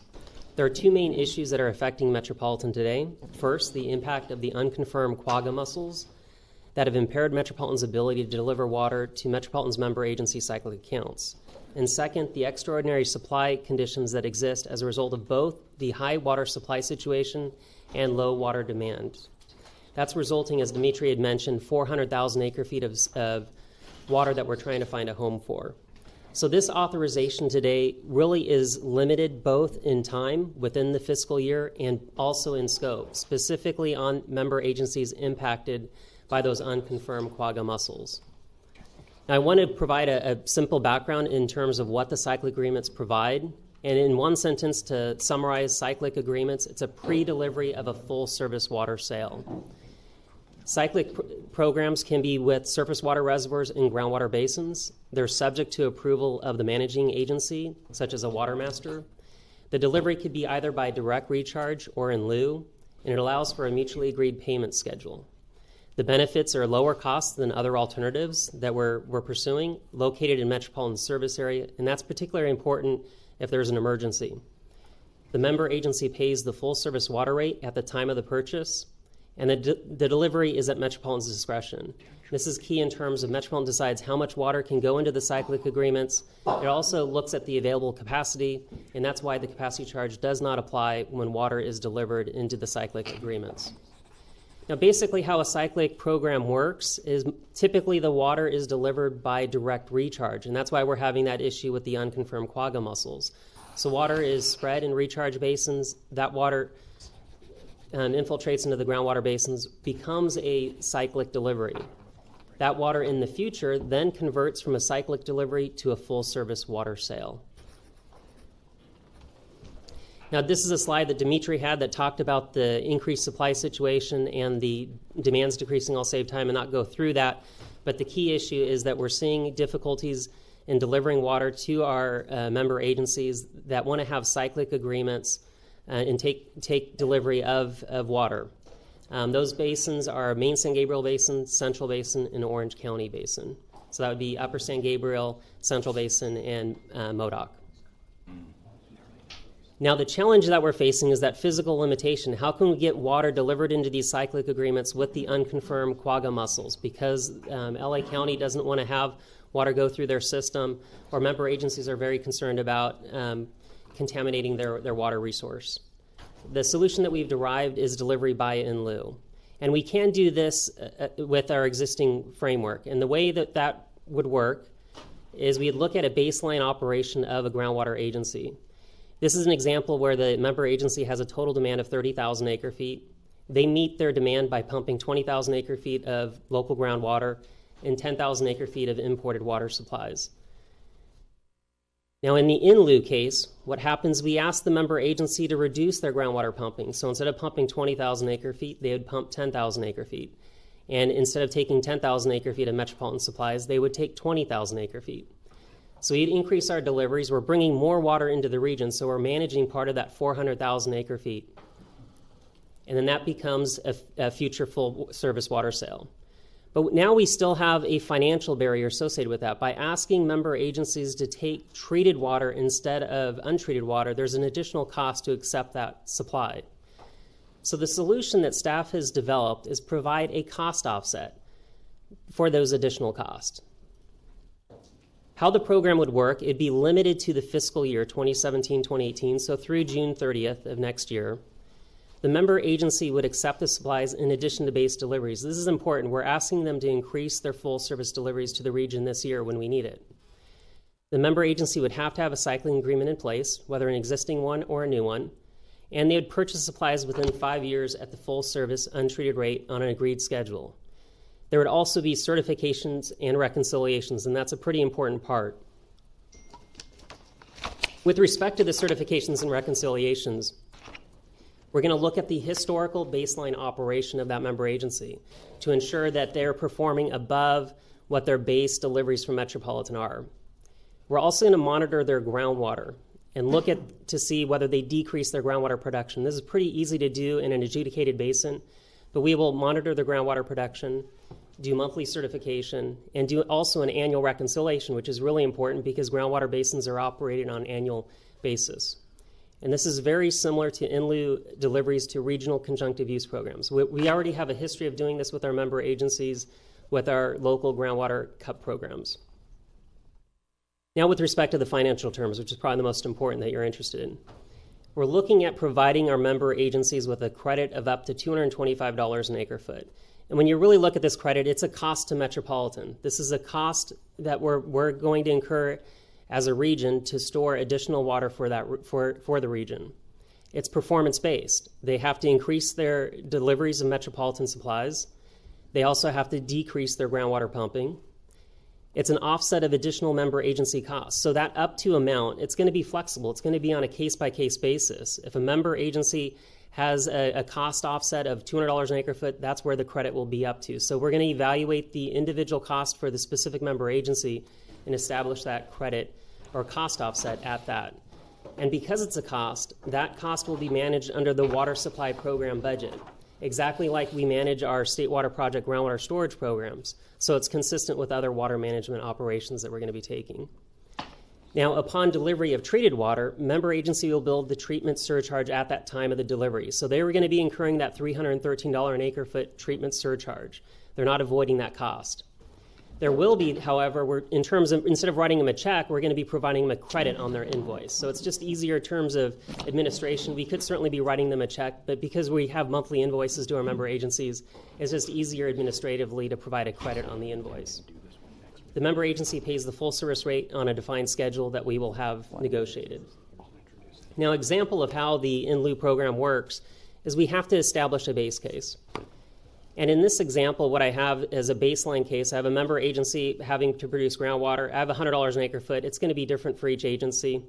But for simple terms, $100 an acre foot multiplied by 10,000 acre feet, it's $1 million in terms of their net cost to produce that 10,000 acre feet. If we had an in lieu program without a credit, so the member agency can avoid their groundwater extraction cost, but they wouldn't be avoiding the treatment surcharge, which would be an additional $313 an acre foot. So their total cost to that member agency would be $3 million, so basically tripling their cost. While Metropolitan gets the benefit of delivering 10,000 acre feet of additional water to the region and helps us manage part of that 400,000 acre feet of supply that we're looking for a home for. Now, when you look at the proposed in lieu credit, what we're looking at is trying to provide a payment or offset or credit, that $213 an acre foot, that difference between the 100, the base case, and the treatment surcharge, the 313, so that the cost for the member agency is equivalent. So we're getting over that financial hurdle that the member agency has in accepting more water to be stored into the cyclic agreements. Now, the summary of the benefits. This allows Metropolitan to deliver water to member agencies impacted by unconfirmed quagga mussels and Metropolitan Supplies. It helps improve local groundwater basin conditions, increases delivery of additional water to the region that may have been lost, improves local reliability in case of local emergency, and when we're improving local reliability, we're improving regional reliability too. And it's also cost competitive with other programs.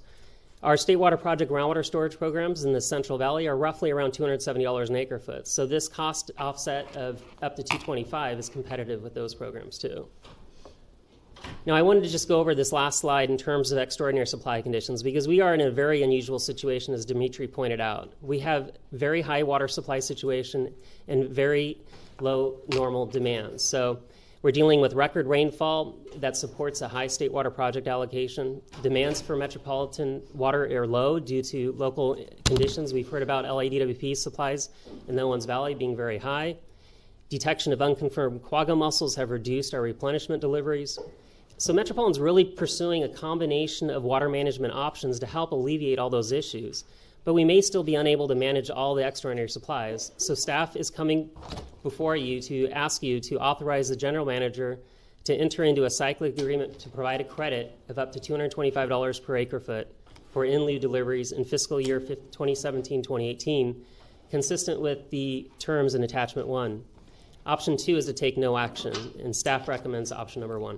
Thank you, James. The general manager has some comments before we entertain any questions, and then Director Atwater has some comments. Just real briefly, the whole quagga issue came up a couple of months ago, and this started to become a real hurdle to getting water into our groundwater basins. I know the groundwater basins have been stressed because of the recent drought, and so that was a priority that I held to get water into our basins this year when we had that option. And so I asked staff, while we continue to work with the fishery agencies and LA County to try and resolve the quagga issue, is there any sort of in lieu program we could put together, very narrowly focused, that would fit within existing authority that I have under the admin code? And this is the proposal that did that. We talked to the member agencies that would avail themselves of it said this was acceptable to them. It's not going to be a heck of a lot of water. It's probably likely under 100,000 acre feet, but we will see as we move forward. But it's we were able to get this negotiated, worked out, and brought to the board in a matter of about 6 weeks. So it was a quick rifle shot at a emerging issue. I've heard in discussions with member agencies a lot of hunger and interest in coming up with a broader, more comprehensive long-term program to accomplish some of these goals. I've told them I would commit to working on that over the months to come and try and maybe have something ready for next year. And staff is certainly interested in that if that's something that the board is interested in. But I would ask that you consider moving this forward as sort of a rifle shot to deal with a specific issue that has come up, and then we would continue to work with this committee and the board on a broader program that would have more regional benefits than this would. And those are my comments, and thank you. Look forward to questions. Director Atwater. Yes, I'd like to just add a little bit. I think to put this into context, what you did in 6 weeks, I hope over the next year we can double down, because just put it in context, if you fully implement this 200,000 acre feet, that's an increased revenue to Metropolitan of water that would not be stored anywhere, so it goes to the ocean, of roughly $250 million. If you do 400,000, you can just double that. I think we all recognize we only have these wet years very randomly, and we could have a lot of years of dryness going forward. Who knows? So I think we all recognized in the last 10 years since 2007, the groundwater basins in Southern California are well down over 1 million acre feet. So this is not going to solve that problem, but I would really encourage the member agencies in Metropolitan. We all need to work together when we have a year like this to store every drop we can. So with that, I make a motion in favor of this, but I'd also like to just, I don't think it needs to be part of the motion, but I strongly encourage the member agencies and that staff continue, as Jeff pointed out. In fact, I'd say let's not take a year to do this. Let's do it quicker. It's really an opportunity. If we can avail ourselves, who knows what happens next winter, but I would like to think that given the operations in the Delta, we'd like to move as much water as we can. So that's my motion. Right. We have a second, and then Director Blois. Thank you. Thank you very much, Chair Gray. This is a great program. for all the right reasons that have been done in your presentation. If we could go back to slide 17, which shows a summary of the benefits. Yeah, that's it. You know, all of these benefits accrue even to member agencies who are not impacted by the quaggas. I therefore strongly encourage us, I don't want to submarine or delay this action item at all because I support it. But I also think that it makes all the sense in the world for all the reasons that are up on this slide that we consider expanding this to other member agencies who could partake of it right now. My member agency could. There are others that could and want to. You know, irregardless of the past history, this does point out some of the limitations of our treated water surcharge, and this is one of the bad things that we've got to fix. So I would strongly encourage us. I won't make a substitute motion because I will trust our general manager to do what he said he would do, and that is to work immediately on expanding this program to those others of us who are not directly quagga mussel impacted. Thank you. Thank you. All right, Director Steiner, please. Thank you. If, in fact, it were confirmed that there was no quagga mussels during this year, would this program then stop for the rest of the year? Right now, we're just proposing to keeping it up through the fiscal year through June 30th of next year, and I don't know that we'll be able to work through the permitting and regulatory issues in that time frame. If we were, I assume actually the agencies would prefer to actually get physical water in the ground, so I don't think it's an issue really. If we have the ability to get water in the ground, that's their preference. And then if we're looking at expanding this program, as I'm hearing the discussion here, to other groundwater, would we also be looking to talk to our surface water agencies if our issue is finding storage? Absolutely. That's my question. Thank you, Director Steiner. Director Dake. Just quickly, I'd say this is easiest to support to the extent that it relates directly to the quagga mussel issue and that it is for 1 year. To the extent that it becomes a way to change the type of water that an agency takes in order to change their fiscal commitment to Metropolitan, that becomes much more difficult to support. Thank you. Thank you for your comments. All right, Director Loewinger. Thank you, Madam Chairman.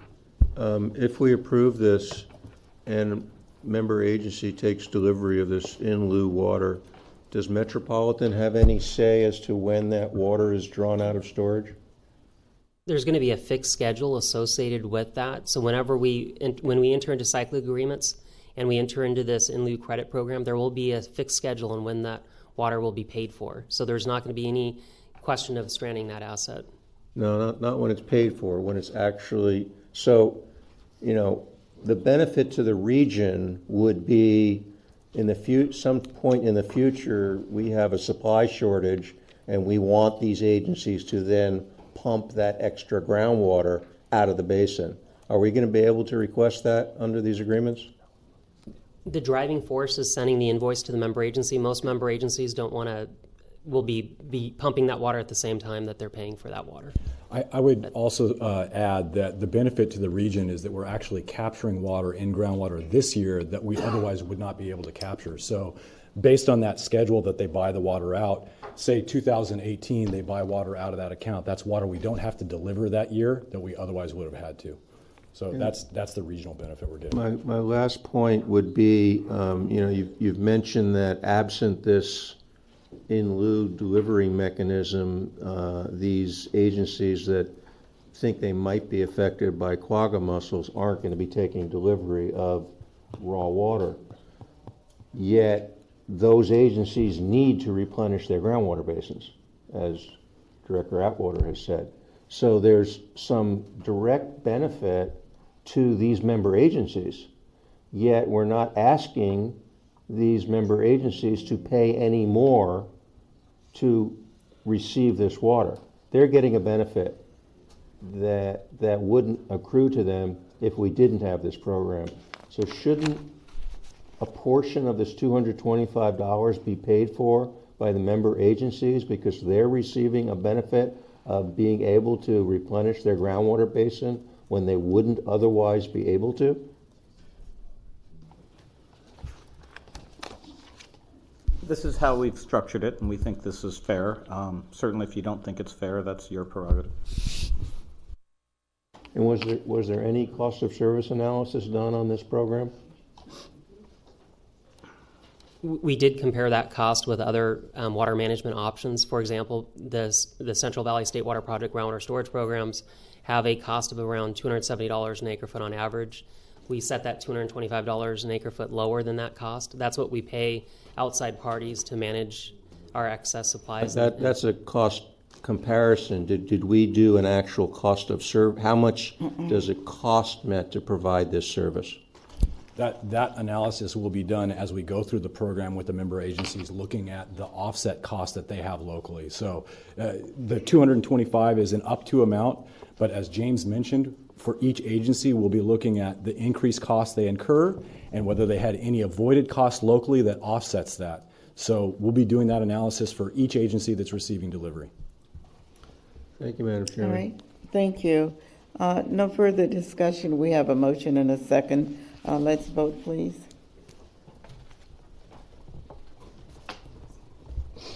I know. Got another meeting in 20 minutes. You want to? Where's the chair? Okay, motion carried. Thank you, James, for the presentation. Devin, can you introduce the committee items, please? Sure. Madam Chair, if we can skip committee item 8B. Unfortunately, this is the second time that Gary was teed up to give this presentation, but I think that next month we'll be able to provide this presentation in the Conservation and Local Resources Committee and give it a little bit more time there. So item 8-C, just in terms of background, earlier this year, the San Diego County Water Authority did some work. They commissioned a report by Gordon Hess and Associates. That report, actually, if you take a look at the letter that the Water Authority delivered to the board today, they gave a comment letter on this item. The second paragraph, that report, or the letter says, the sole purpose of the Hess report was to compare Metropolitan's urban water management plan with those of its member agencies regarding projected demand for metropolitan water. So the Water Authority was paying for a report with their consultant to do additional analysis on Metropolitan's planning and your agency's planning through your urban water management plans. I would note that, and Brandon is going to speak to this, your staff did the exact type of report in September and delivered that analysis to your board, comparing our projections in our urban water management plan to that of your member agencies to see how far off they were. And that report showed that they were very, very close. Today, what we'd like to do is go through some of the errors that are in the Gordon Hess report and the San Diego analysis. It's important that you hear our perspective on this. They talked to their board about it earlier this year and issued a presentation, and we wanted to just make sure that you had the opportunity to hear our perspective on the errors that were in that. So with that, Brandon, why don't you take us through our observations? All right. Thank you, Devin. Thank you, Mr. Chairman, Madam Chairman, members of the committee. This is a report on Metropolitan's 2015 Urban Water Management Plan, but more specifically, it is to address the report that was issued to the San Diego County Water Authority Board, in which they wrote a memo, staff memo, and a report from Gordon Hess and Associates. Discussion of these, I'm going to also do a discussion of the main issues raised by the board memo, not to go through point by point and say this was an error, that was an error, but to try and group them just to get a general flavor for what Metropolitan's position on these assertions and findings from the Hess report and San Diego memo were. So just some key dates in terms of the 2015 Urban Water Management Plan adoption and review process for Metropolitan. So May 2016, your board adopted the Metropolitan 2015 Urban Water Management Plan. And it's important to note that this adoption of this plan followed the coordinated development of all of the data and all of the analysis associated with the 2015 Integrated Resources Plan update. Staff and Metropolitan staff here coordinated the two processes, the 2015 IRP update and the urban water management planning process, to ensure that data coordination and communication between the agencies was at a good, solid level for these planning reports. In September 2016, as Devin mentioned, we did a review of the member agencies' urban water management plans here through the IRP committee, and basically found that Metropolitan's urban water management plan was consistent with the member agencies' urban water management plans, and that report is on file, obviously part of the public record.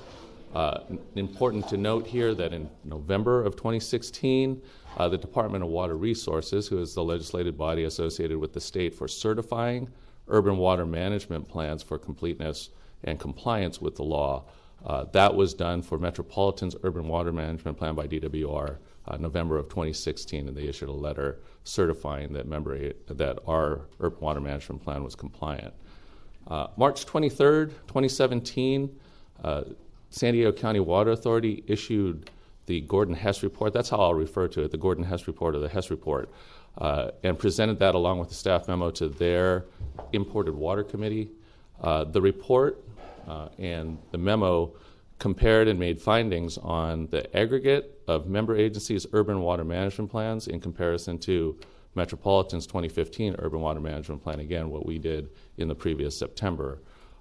Important also to note that Gordon Hess and Associates, the same consultant, prepared a similar report in 2010 following the 2010 urban water management plans. There's really three areas of findings that the San Diego board memo and the Hess report find, and I think that they wrongly assert several points about Metropolitan's urban water management plan, and by connection, its IRP. First, and this was a prevalent part of their report, is that Metropolitan's urban water management plan was not in compliance with the California Water Code and the aspects associated with urban water management planning. That was the first area. Second area is it made a claim that Metropolitan is not coordinating its planning and its data and information with its member agencies in the development of its urban water management plan, and by connection, through the IRP and through the regional investment strategies that would be developed out of the IRP. Third, that it makes a finding, the Hess report makes a finding, that because of this lack of coordination, that Metropolitan is overdeveloping its supplies and thus overinvesting in water supplies that will then become redundant with regard to use and with regard to cost. So those are the three areas asserted by the staff memo and the Hess report. So first, to put to bed the idea that the urban water management plan is not compliant with the California Water Code, here's a copy of the letter that basically confirms that, in fact, Metropolitan's plan is compliant, and again, that was issued by DWR upon their review of this plan. And so we're comfortable that with the legal review and everything that we've done to prepare this plan, that that information was done in a thorough and compliant way. Second, with regard to the lack of coordination with its member agencies, or the assertion of the lack of coordination, again, staff designed the Integrated Resources Plan process this time around to strongly coordinate with the development of the urban water management plans. In doing so, in addition to the 11 public committee meetings that the data from the Integrated Resources Plan was coordinated at, staff held a series of 21 technical work group meetings to cover all of the aspects, supplies, demands, other aspects of planning that then ultimately make its way into the findings of the IRP and the findings of the urban water management plans. In total, Met staff accounts that we have coordinated or conversed or talked to over 150 entities within our service area in the generation of its plan and its data for both the IRP and the urban water management plan. This is a far cry from what is claimed in the report, which says that no coordination took place. And in fact, the report also makes a finding that the name of our plan, which was formerly, if you recall, Regional Urban Water Management Plan, that makes the implication that perhaps it's now called the Urban Water Management Plan because of the lack of regional coordination that took place this time around. And that's just a falsehood. The Urban Water Management Plan moniker is assigned to plans that are submitted by an agency. Regional Urban Water Management Plans are reserved for plans that cover a number of agencies under the same reporting process. And so any implication of that is just a falsehood that tries to lend weight to a non-coordination that just isn't true. Metropolitan is not over-investing in supplies, and the reason why I think it's the Hess report purports to show that Metropolitan may be over-investing in supplies is by a mischaracterization of the data that exists within Metropolitan's plan, which responds to the reporting requirements within the Urban Water Management Planning Act. So in short, the Urban Water Management Planning Act requires that agencies show its water supplies under an average year condition, a single dry year condition, and a multiple dry year condition to cover a range of how water supplies are sufficient. So one of the major claims in the Hess report and San Diego staff report is that without any new investment, Metropolitan has already developed 1.6 million acre-feet of surplus supplies in average years, and it purports to say this is a sign of overinvestment. I think the presentations that you saw today did a really excellent job of thinking of what does surplus supply really mean? What does surplus development really mean? So in an average or a wet year, right, you generally have a lower level of demand and a higher level of supplies for that year. Now, going into preparation for any given year, Metropolitan staff doesn't know. I wish I knew because I'd probably be more valuable. Doesn't know what kind of year we're going to have this year, next year, or the year following. And all of the water resource plans that we have to do with building storage, with building programs, building transfers and exchanges, all programs that can be deployed in the event of a dry year. We have these programs listed as supply capabilities within our urban water management plan, supply capabilities. The Hess report adds these up and says, well, there's clearly 1.6 million acre-feet of too much supply based on that supply capability. Well, what it's doing is incorrectly counting the water we have in storage that we could get to if it was a dry year as a surplus supply. And so while this number seems high, it really is or should be interpreted as the resources that are available in the event of a dry year or a string of dry years, right? And here's where it starts to get, I think, a little bit more interesting with regard to whether or not that's an overdevelopment or whether or not that's a plan for reliability. So again, we're not over-investing in supplies because we're trying to build and prepare for the years that we need it. So the Hess report would purport that all storage in our groundwater and surface storage, non-emergency storage, and all of our water transfer agreements that are available would be surplus supplies, and I am saying that that's not the case. It again shows these supplies developed for dry years in an average year condition and makes the claim that that's surplus. So single and multiple dry years, based on that Hess report, show that without new investment, the region is actually questionably, right? The region is questionably short of supplies, right? It purports to show a surplus there's the average year again, in single dry years, and says basically, see, even in a single dry year, there's more water than there is demand. Okay, now you can see here that the amount of water that's available after a single dry year, these orange bars, is significantly lower than that average year. For the purposes of urban water management plan reporting, that's because the regional portfolio would have been used for that single dry year. So this bar essentially represents how much water would be held left in reserve, how much water would be left in reserve for future dry years if they strung along. And the urban water management plan calls for a multiple dry year analysis, and you can see this on the red, that in 2020 is barely over the line of zero. So what this data is really showing is that for a 3-year dry period without new investment, we would barely have enough regional resources to make it for an additional dry year.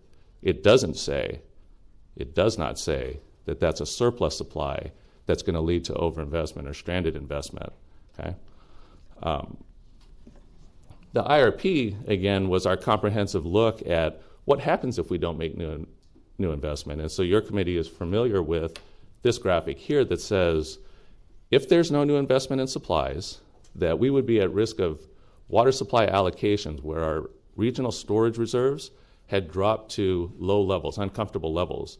And this graphic shows that by 2040, no new investment would result in conditions where we would need to allocate 80% of the time. And again, this data had been showed, and it was compiled as part of that integrated resources plan that was comprehensive. You know, the supply investments that Metropolitan and its agencies have made have been essential for managing through challenges that we've had. We've had the worst drought on record. We've had the lowest state water project allocation in history, right? Metropolitan has even had to go into water supply allocations during this time, right? The state imposed basically water mandated cutbacks because of the water supply condition. We find that this is in contrast to a finding that without new investment, Metropolitan and its region would be overdeveloped in supplies at this time with no further action. We all know that local supplies and conservation are keys for future supply reliability. We know that half the region's water supplies come from local supplies. So we know this because of our coordination efforts with the member agencies. We know that conservation, of which Metropolitan has played a key role through its incentive programs, through its research, right, through its participation in the implementation of conservation programs, that increases the regional reliability and the infrastructure. And we know that this requires coordination between agencies and Metropolitan. The concept of the IRP targets, which the San Diego board memo and the Hess report mischaracterized, is that the IRP targets are a regional target. It's not a target done just by Metropolitan for benefit of the Metropolitan. It's viewed as what are the total amounts of targets that we can develop together with the agencies within our service area to meet regional reliability, not metropolitan reliability, but regional reliability.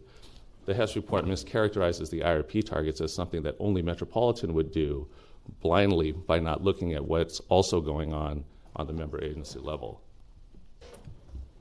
So the Hess report misinterprets these targets by saying that we fail to account for conservation and local supplies now being implemented by the member agencies. And it does this by saying that within urban water management plans, agencies identify things that they may do in the future, not things that they've already done, things that they may do. And we know from history that there's a big connection between what Metropolitan does with its member agencies to implement local supplies and conservation, and that leads to successful implementation of those areas. So we believe that the IRP targets and the policies that are behind the implementation help to meet those targets, and we know that conservation and local supply develops on the local agency level, right? And that's why the IRP committee had spent work forwarding policy principles to ensure that Metropolitan can play an adequate role, a responsible role in the development of these areas.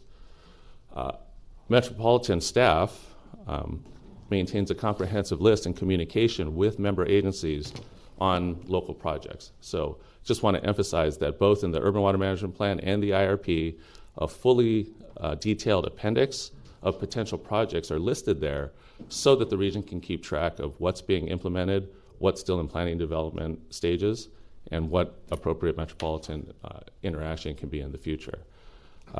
The Hess report states, then, goes further to say that because Metropolitan doesn't look at these member agency projects, which is not true, that our demands are going to be 300,000 acre-feet lower because agencies are going to do things that Metropolitan is not counting that they're going to be doing. And the fact of the matter is the Hess report doesn't show any coordination between Gordon Hess and the agencies to try and reconcile any of these figures that are in the report. They merely looked at the report, summed up lists of projects that range from conceptual to advanced planning projects, and listed them as things that were going to be done and therefore did not have to be done by Metropolitan. I wanted to show this graphic just because I think it shows how important regional coordination is versus just assuming that agencies who identify projects are going to just implement those projects. Okay, so this graphic basically shows that for 18 member agencies, and this is excluding wet year impacts of the Los Angeles aqueduct or surface water supplies, that in the year 2000, if you look at the year 2000 and look at these 18 member agencies and look at their urban water management plans and what they said they would do by 2015 or could do by 2015, you'll see that this is what the local supplies that they said they could do, and in 2015, their actual production was this line here. So you can see that the further away that they are, or the further away that any agency is from an actual point of implementation, can severely overstate what they think might be implemented. And so these numbers, you can see that the difference there is 400,000 acre-feet for a plan that was done in 2000 versus today. Think about that 400,000 acre-feet for just a moment. If, as a region, we thought that would just be implemented, then every year that that 400,000 was supposed to be there would actually be 400,000 acre-feet of additional demand that would come actually on the regional system, would have to be taken out of storage, right? And then if we did go into a shortage condition, we would be that much shorter and unable to meet the demands of all of our member agencies.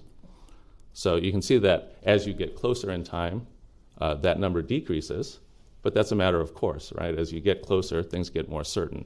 And so I wanted to emphasize that the process that we go through is to try and stay on top of and coordinated with our agencies so that there is no overinvestment as opposed to, or minimize the amount of overinvestment, I should say. So in summary, there's a great deal of comprehensiveness and collaborativeness with our agencies through the IRP process and the Urban Water Management Plan that I wanted to reassure you that this last Urban Water Management Plan from Metropolitan is fully compliant with the law, that the code calls for requirements that were met, and that includes coordination requirements. The HES report findings of projected overdevelopment of supplies, I believe, are unfounded and are a result of summing up numbers and aggregating numbers that don't belong together, and that I assure you that Metropolitan, through its IRP, will continue to do coordinated planning and participate with its member agencies to reach IRP targets. And again, that's a lot of the reason why the policy principle work that was done in the IRP committee was undertaken following the adoption of the IRP. And so with that, that concludes my report, and I'd be happy to take questions. All right, Brendan, thank you. We are running very, very late. Vice Chair Atwater does have a comment, few comments. Yes, I know we're late. I just want to be brief. I just want to be clear that as chairman of your IRP committee over the last 2.5 years, we did it the same way we've done it since the early 1990s. And Metropolitan, the member agencies have been very collaborative in both in the preparation of the urban water management plans and obviously the IRP. I just find this to be without the, I'm running out of adjectives. Let me just say politely that that was a very unprofessional, inaccurate report, and it's astonishing that that wasn't discussed. We've discussed all these assumptions many, many times at the IRP committee meetings, and if the San Diego County Water Authority wanted to come up with questions about assumptions or forecasts of projects, we discussed that, and it just seems to me to be really inappropriate to publish a report like this without even consulting any other member agency or Metropolitan. Thank you. Okay, thank you. Unless it's a present comment, can we please go on to our management reports? Is there brief, Devin, comments, or Roger? Can we defer or comment? No? Unless there are questions. No. All right, then we have no comments, no reports, management report, follow-up items, future agenda items. Hearing none. I would like to, before I adjourn, I would like to ask Director Peterson, do you have any direction for your next committee? Two things.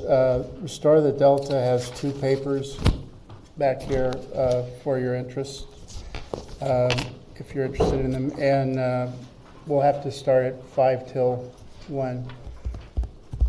Okay. So you can eat. All right, thank you. Meeting adjourned. Thank you very much for your time. It's unbelievable.